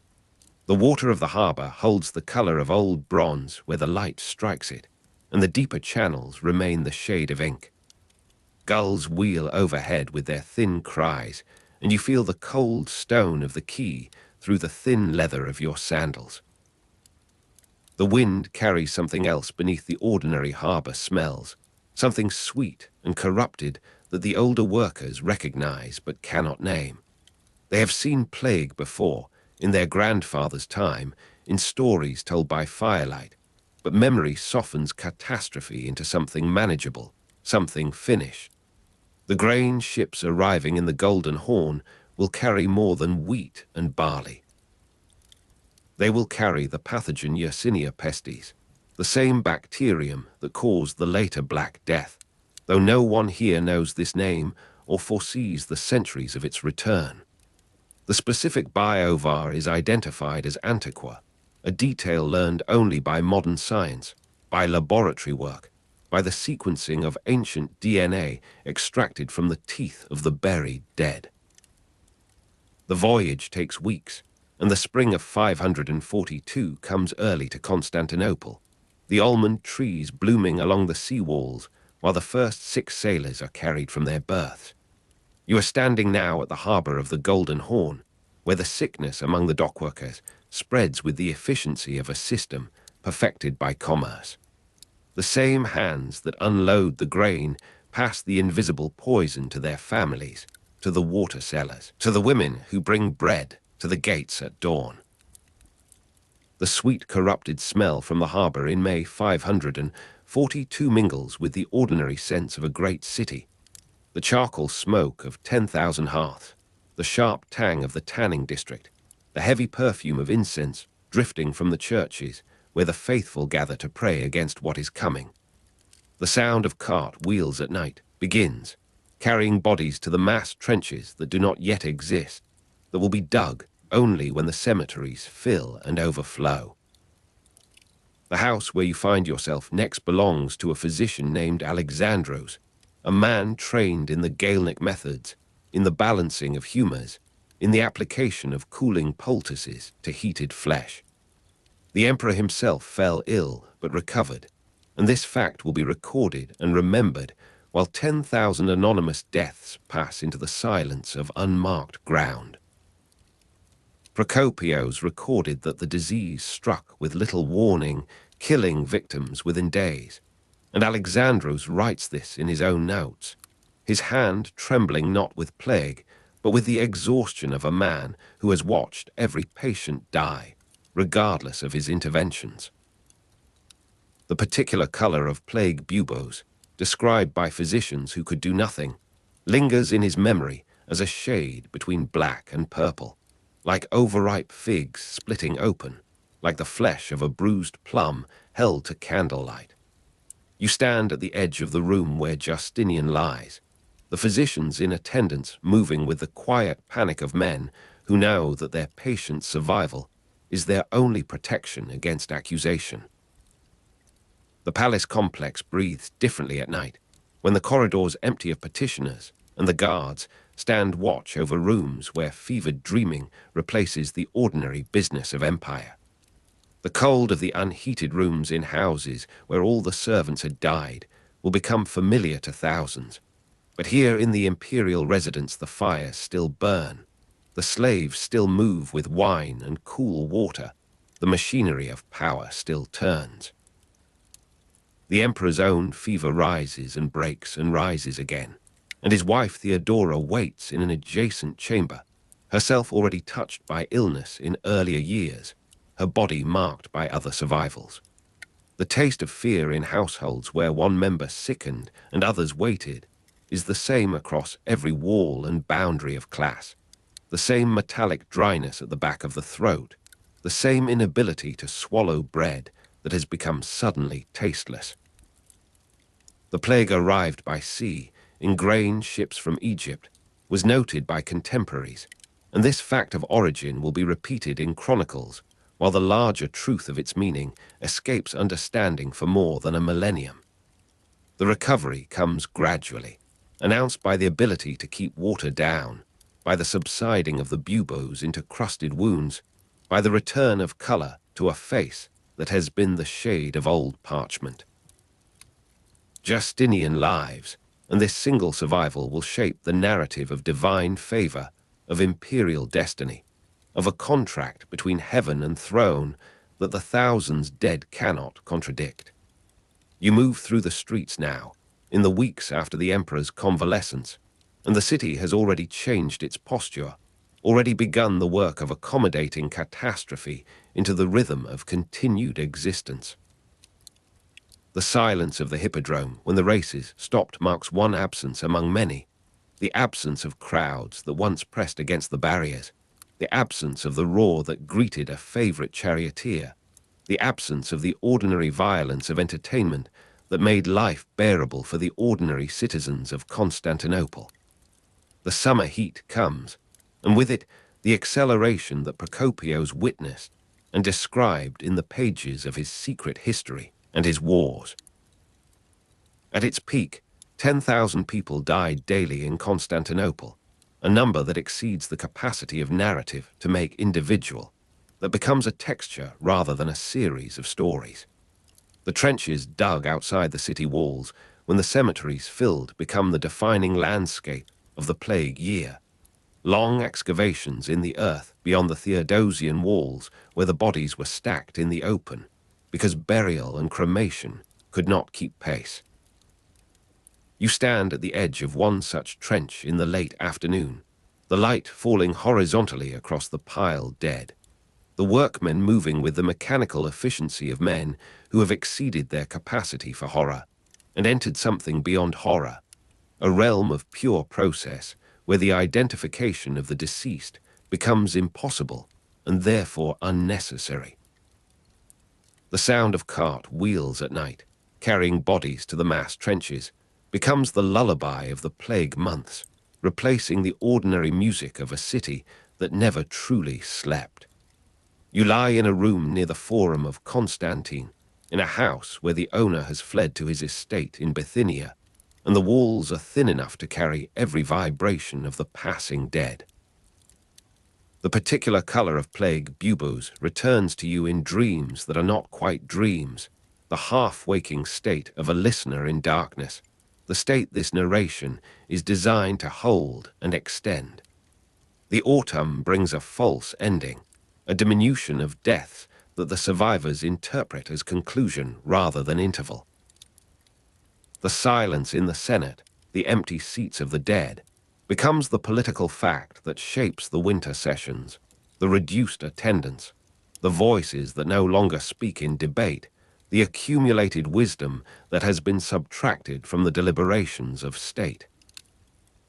The fateful abolition of the Roman consulship in 542 was partly attributed to the disruption of the plague year, the impossibility of celebrating the ancient office with the traditional games and distributions when the city lay under the shadow of ongoing death. You sit in the gallery of the Senate House, looking down at the sparse gathering below, and the light through the clerestory windows falls in thick beams where dust motes turn slowly, the air itself seeming to hold memory of what has passed through it. The grain ships continue to arrive, though now they carry more than grain, and the harbour authorities have begun the practice of quarantine without naming it, of holding vessels offshore until their crews have survived the incubation period. The plague spread across the Mediterranean, into the Persian Empire, and to the British Isles, following the networks that connected the late antique world, the sea lanes and the river routes, and the overland caravans that moved silk and spices, and the invisible passengers of disease. The demographic impact is debated by modern scholars, with estimates of mortality ranging from 10 to 50%, and this range itself speaks to the difficulty of counting what was not systematically recorded, of measuring absence against an uncertain baseline of presence. The economic disruption included labor shortages, abandoned farmland, and inflation, and you walk now through fields outside the city where the wheat stands uncut because the reapers have died or fled, where the irrigation channels clog with weed because no hand maintains them. The plague severely affected the army, limiting Justinian's ability to hold his reconquered territories, and the soldiers who survive find their value suddenly increase, their wages negotiated from a position of scarcity that the imperial treasury cannot indefinitely meet. The plague contributed to the failure to complete the reconquest of the West, the dream of restored Roman unity that had driven the campaigns in Africa and Italy now exposed as unsustainable against the demographic reality of diminished manpower, of tax bases eroded by death, of the simple impossibility of maintaining garrisons across an empire that had grown beyond its means of support. The silence of the hippodrome when the races stopped gives way to a more terrible silence, the silence of resumed normality that knows itself to be temporary, that waits for the next arrival of the sweet, corrupted smell from the harbour in May 542, or in some subsequent May, some subsequent spring when the grain ships sail again from Pelusium. The plague marked a demographic turning point in the Mediterranean world, though turning points are visible only in retrospect, only from the vantage of centuries that can trace the altered slope of population curves, the changed distribution of settlement patterns, the archaeological layers that show abandonment and contraction where once expansion and density had prevailed.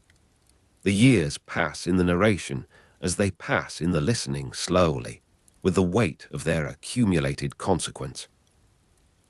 The recurrence in 558 comes 17 years after the first assault, long enough for a new generation to have grown up in the shadow of stories, to have learned fear as an inherited condition rather than direct experience. The recognition that this would not end settles across the empire with the heaviness of a geological fact. The understanding that Yersinia pestis, the same bacterium that caused the later Black Death, has established itself in the rodent populations of the Mediterranean basin, in the grain stores and the ship holds and the hidden places where human civilization creates the conditions of its own vulnerability. The plague recurred in the empire multiple times: 558, 573, 574, 591, 599, and into the 7th century, a rhythm of return that beats against the aspirations of recovery, that shapes a culture of postponement, of living in the interval. You stand in the same harbour at Pelusium in the winter of 558, 17 years older, the same grey dawn, the same gulls, the same wet planks underfoot, and the rumours begin again with the same structure of denial and delay. The specific biovar is identified as Antiqua, and this knowledge, unavailable to the watchers on the quay, binds the separate outbreaks into a single phenomenon, a biological persistence that outlasts the political structures it helps to transform. Some scholars argue it accelerated the transition from late antiquity to the medieval period.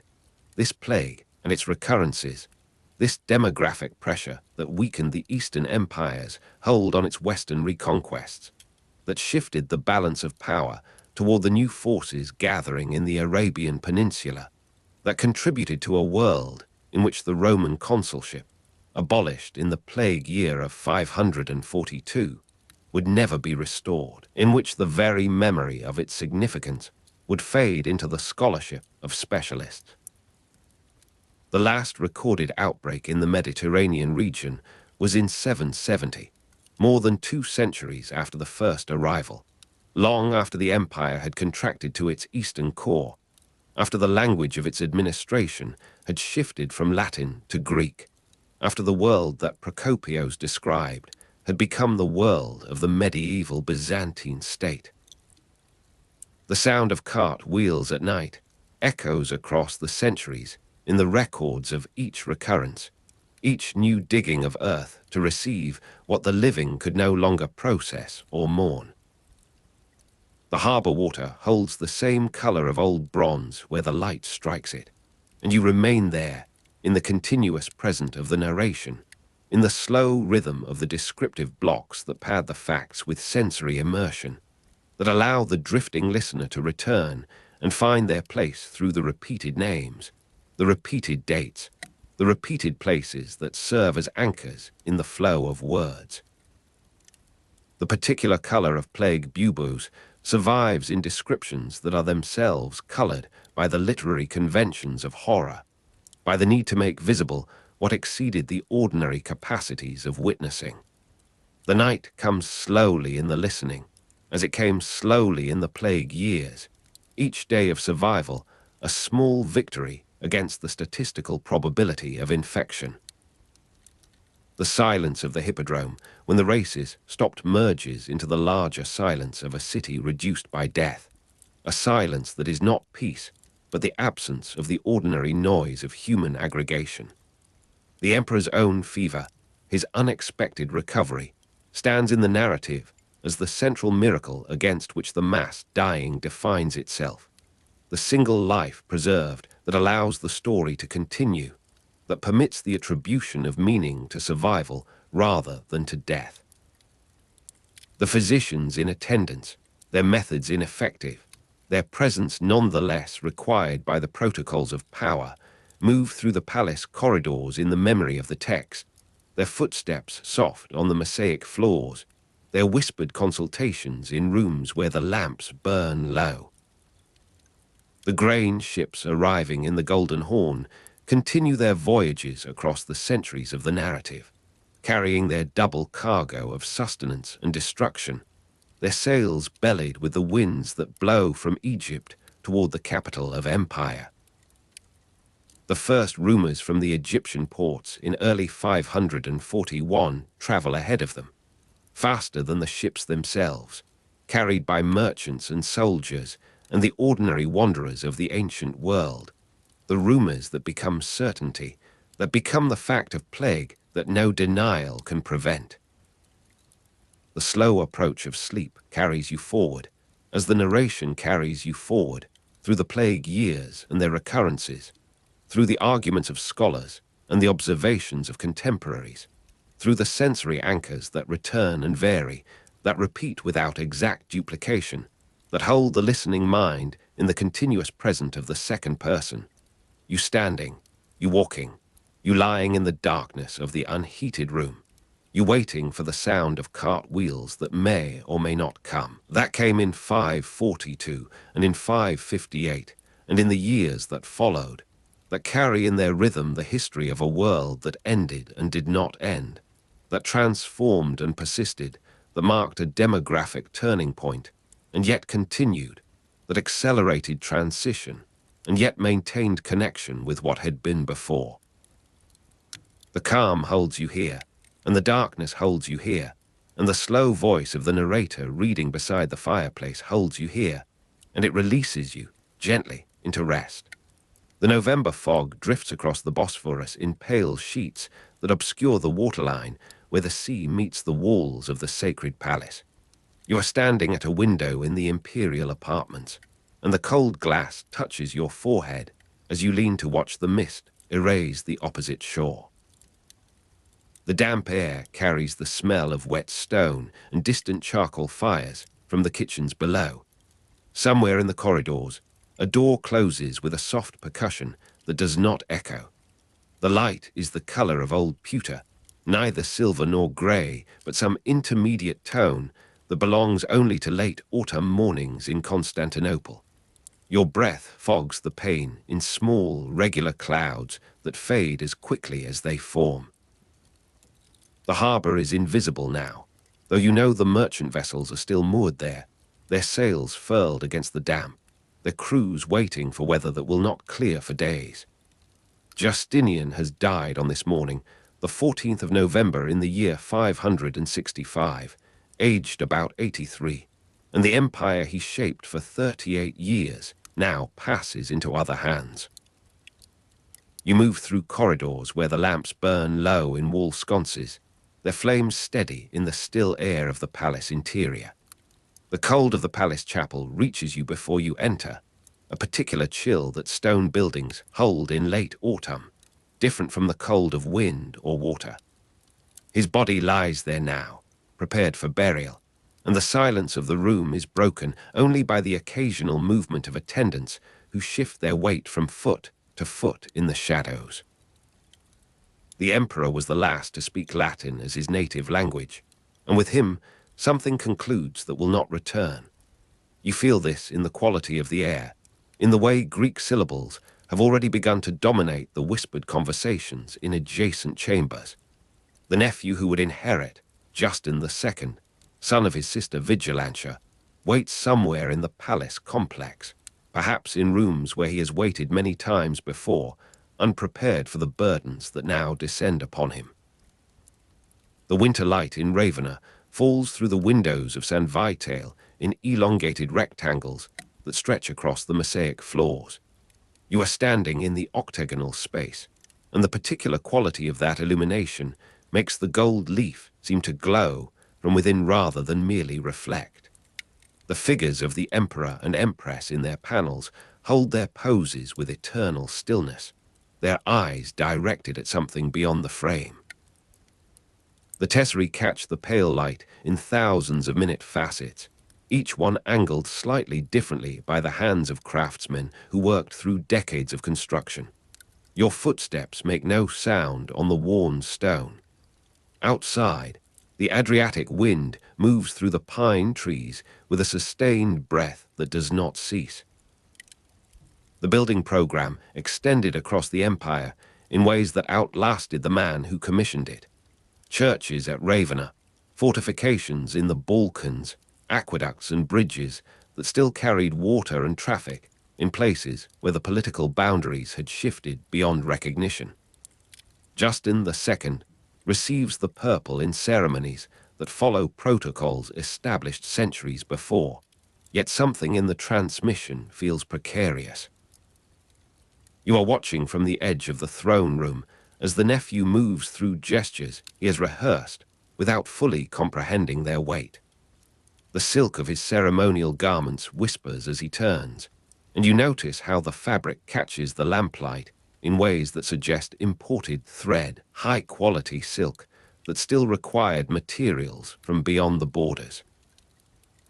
The treasury was depleted despite the Vandal and Gothic treasures that had once seemed inexhaustible, and the long wars and the plague had exhausted the empire's resources in ways that no single reign could reverse. The Persian Wars continued after Justinian's death, as if conflict were the natural element in which this state must perpetually move. The silk trade remained a state monopoly, though the secret of silk production had been smuggled from China by monks in Justinian's reign, an economic transformation that would unfold across centuries rather than years. In a Syrian monastery garden, the rustle of mulberry leaves accompanies a different kind of patience. You are walking between rows of cultivated trees, and the sound of the leaves is not continuous, but intermittent, stirred by breezes that find their way through the surrounding walls. The monks reportedly hid silkworm eggs in their bamboo staffs, and the smuggling occurred around 550, breaking the Chinese and Persian monopoly that had controlled this commerce for centuries.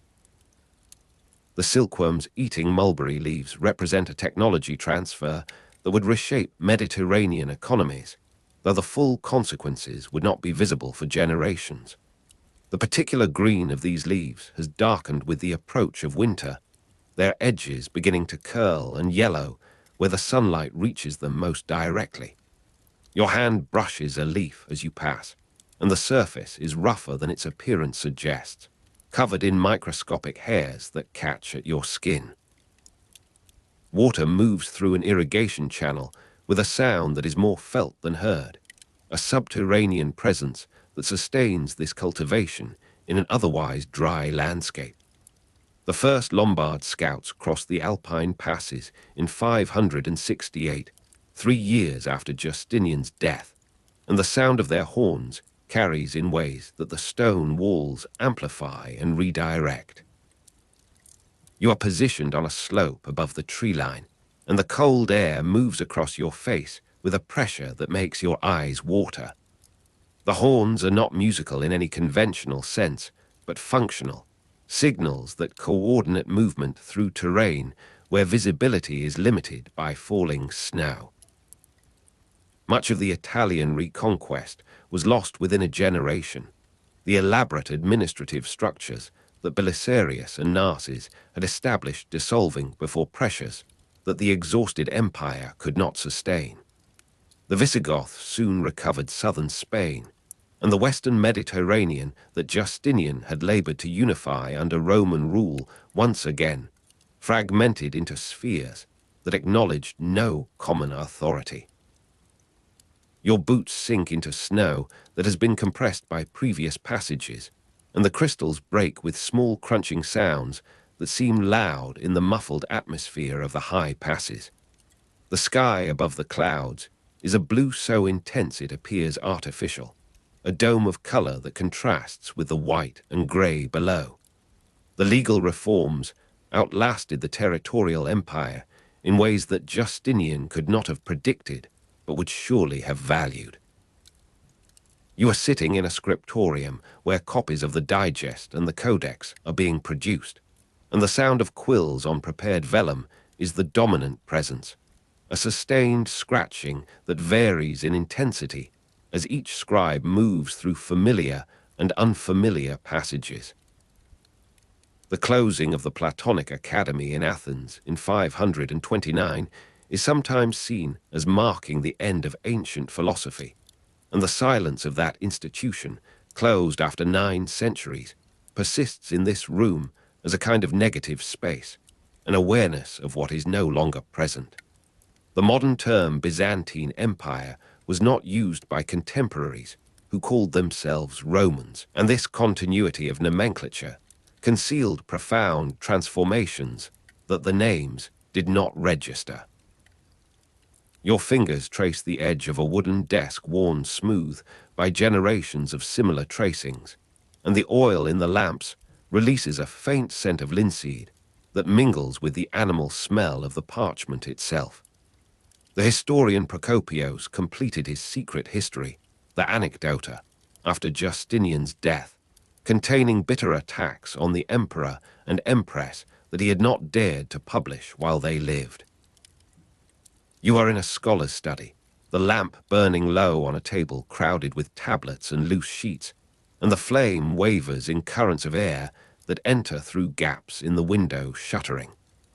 The quality of light changes as the wick consumes the remaining oil, shifting from steady illumination to something more tentative, more colored by the material of the flame itself. Procopius writes in Greek that carries the cadences of an educated man from Caesarea, his sentences constructed with the precision of someone trained in the rhetorical schools that the old empire had preserved.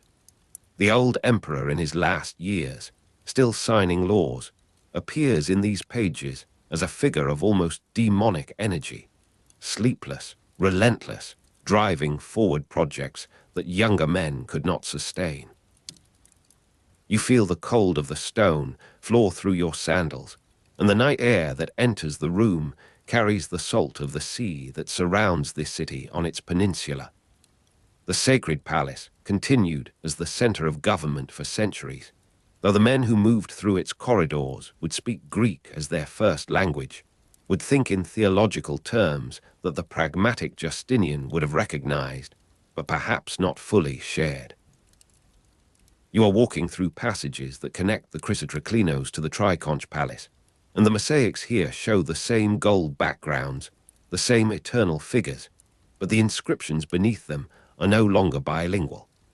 The empire Justinian left stretched from the Atlantic coast of North Africa to the Euphrates, a vast expanse that required constant motion to maintain, armies that marched, ships that sailed, couriers that rode through nights of dust and snow. The maintenance of such extent had consumed the reserves that might have protected it, and the Lombard scouts who crossed the Alpine passes in 568 found territories where Roman administration had become a memory rather than a presence.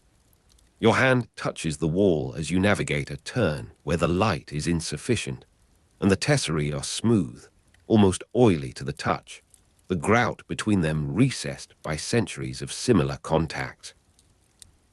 Justinian's reign is variously dated as the end of antiquity or the beginning of Byzantium proper, and this uncertainty of periodization reflects a genuine ambiguity in the sources themselves.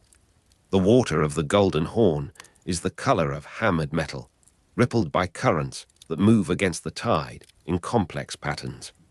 A fishing boat passes close enough that you can hear the creak of its oarlocks, the soft exchange of words between men who have worked together for years. Justin II will, in his own way, continue the projects of his uncle, though with less success, and with consequences that will include periods of apparent insanity and eventual withdrawal from active rule. The silk production began in the empire, though high-quality silk still required imported thread, and the economic balance shifted gradually rather than suddenly, the new manufacturers competing with established suppliers in ways that disrupted without immediately replacing. The November fog over the Bosphorus on the day of Justinian's death has become, in the years that follow, a kind of emblem for those who remember, a meteorological event that attached itself to the historical moment through repetition in conversation, and eventually in written record. You are on the Asian shore now, looking back toward the city, and the silhouette of the Theodosian walls emerges from the grey in sections, visible where the mist has thinned, concealed where it remains dense. The damp has penetrated your outer garment, and the wool holds this moisture with a heaviness that will not dry until you find fire and stillness. The old emperor in his last years had continued to believe in the possibility of restoration, of a Mediterranean unified under Roman authority and Christian orthodoxy, and this belief had sustained an activity that others found superhuman or inhuman, depending on their proximity to its effects. The sound of a bell reaches you across the water, distorted by the atmospheric conditions so that its rhythm seems irregular, though you know it is not. In the Syrian monastery, the silkworms have completed another cycle of feeding, and the monks move among the trays with the quiet efficiency of men who have learned this craft in the decades since the smuggling occurred. You're watching from a doorway, and the interior darkness behind you contrasts with the garden's grey light, the overcast sky diffusing illumination without casting shadows. The rustle of mulberry leaves is accompanied by the softer sound of the worms themselves, a continuous consumption that is almost silent until you attend to it, and then becomes the dominant presence, a kind of slow fire eating through the piled vegetation. The winter light in Ravenna's mosaics seems impossibly distant here, yet both places are connected by the threads that these creatures produce, by the trade routes that carry the finished fabric, by the imperial system that once sought to control all movement of value across its extent. The Persian Wars continued after Justinian's death, and the eastern frontier remained the consuming preoccupation of emperors who inherited the strategic situation without the resources that had once made it manageable. You are on the Euphrates, where the river moves through flat country in braided channels that shift with the seasons, and the mud that colors the water has settled from the mountains far to the north. Reeds grow thick along the banks, and the wind moves through them with a sound that is not quite rustling, not quite whispering, but something between, a vegetative voice that speaks of water and patience. Your feet sink into the mud at the water's edge, and the cold rises through your boots in a gradual infiltration that matches the larger processes of erosion and deposition. The silence of the Athenian Academy persists in the urban fabric of that city, where other schools continued, where the philosophical tradition found new forms in Christian theological education. You are walking on the slope of the Acropolis, and the stone underfoot has been worn by feet that came before, the path a palimpsest of passages that extends back beyond the closure of 529. The Parthenon above you shows the damage of conversion, of use as a church, and then as a mosque, the history of its transformations visible in the architectural interventions that subsequent centuries have made. The wind moves across the height with a sustained pressure that makes your garments snap against your legs, and the light is the clear, depthless blue of Attic winter, the sky empty of cloud from horizon to horizon. The secret history written in a scholar's study, the lamp burning low, would circulate in copies that multiplied through the same networks that carried official correspondence, that connected the provinces to the capital in rhythms of information and command. You are holding such a copy, the parchment supple with age and handling, and the Greek script is clear, the abbreviations familiar to any reader of late antique documentary hands. Procopius's bitter attacks reveal the underside of the panegyrical tradition, the resentment that accumulated in observers who were close enough to see the costs of imperial ambition. The old emperor in his last years had perhaps suspected such hostility without being able to fully acknowledge its extent, or perhaps had simply been indifferent to opinions that could not affect his actions. The winter light in Ravenna's mosaics appears in these pages only as absence, as the northern theatres that Procopius describes with the weariness of a man who had accompanied armies through too many campaigns, who had seen too much to sustain the illusions of official rhetoric. The treasury was depleted despite the Vandal and Gothic treasures, and the long wars and the plague had exhausted the empire's resources in ways that shaped the possibilities of Justin II's reign from its beginning. You are in the accounting chambers of the sacred palace, where the sound of abacus beads clicking against frames provides a continuous undertone to the murmured conversations of officials who must make expenditures match revenues that no longer correspond. The cold of the palace chapel where his body lay before burial seems to have permeated the entire complex, a chill that is more psychological than physical, the awareness of transition and diminishment. Justin II would, in his own way, attempt the same grand projects, the same impossible maintenance of extent against pressures that accumulated from every direction.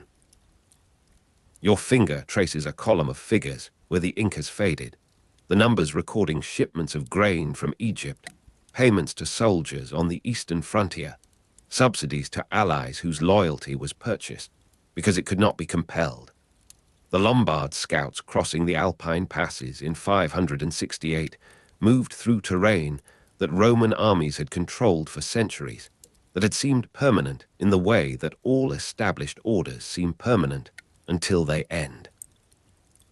You are in the foothills below the final ascent, and the sound of their horns reaches you as a vibration more than a tone, a low frequency that the body registers before the ear distinguishes its character. The Visigoths soon recovered southern Spain, and the Mediterranean that Justinian had envisioned as a Roman lake, once again, became a space of division and competition. The air at this elevation carries a sharpness that makes each breath deliberate, the oxygen reduced in ways that slow movement and thought alike. You are in the commercial quarter of Constantinople, where the warehouses that stored imported goods extend along streets that smell of camphor and spices and the particular animal odor of raw silk. The detail of the bamboo staffs, whether accurate or elaborated in the telling, captures something of the clandestine nature of technological transfer, the ways that knowledge moves across boundaries that political authority seeks to control. The smuggling around 550 broke the Chinese and Persian monopoly, and silk production began in the empire, though high-quality silk still required imported thread, the domestic manufacture supplementing rather than replacing the established trade. Your hand touches a bale that has been opened for inspection, and the fibers are coarse, reeled before the proper season, a product that will find its market among those who cannot afford the finer grades. The legal reforms outlasted the territorial empire, and the jurisprudential tradition that Justinian's commissions had codified would shape legal education in European universities more than half a millennium later. You are in a lecture hall where the texts are studied not for their immediate application, but as authoritative sources, the language of the original Latin preserved in commentaries that have accumulated through centuries of interpretation. The closing of the Platonic Academy in Athens in 529 CE is sometimes seen as marking the end of ancient philosophy, and the silence of that space is often interpreted as a kind of reverence for the monumental, the awareness that something concluded which subsequent institutions could not directly continue. The nominal persistence of Roman identity meant that the legal tradition could claim an unbroken continuity even as the language of its administration shifted, even as the territories to which it applied contracted and expanded in rhythms that the codifiers could not have anticipated. Justinian died on 14 November 565, aged about 83, and this date would be recorded in chronicles that sought to mark the passage of time through the deaths of great men. You are in the necropolis where his body was interred, and the stone of the sarcophagus has weathered to a color that blends with the surrounding earth, the inscription still legible where it has been protected from the most direct exposure. Your footsteps echo in ways that suggest enclosed space, the sound returning from surfaces that are not visible in the lamplight you carry, the flame steady in the still air of deep places. The rustle of mulberry leaves in the Syrian monastery, where silk began, continues in the present of your walking. The cycles of cultivation and production that the smuggling initiated still operating in rhythms that match the seasons of the Levantine coast. The particular quality of winter light in Ravenna's mosaics, completed in Justinian's reign, still falls through the windows of San Vitale on December mornings, still makes the gold figures seem to emerge from depth that the physical surface does not possess. You are standing now in the space between these continuities and these endings, in the long sunset of an empire too large to hold, and the darkness that gathers is not abrupt, but gradual, a dimming that has already begun before it is noticed, that will continue long after the last observer has turned away. The sound of your own breathing fills the silence that follows, and the air moves across your face with a temperature that matches your skin, that offers no resistance and no invitation, that simply is, as the history simply is, as the long work of empire continues in forms that the founders could not have envisioned, and the end of which no present observer can foresee.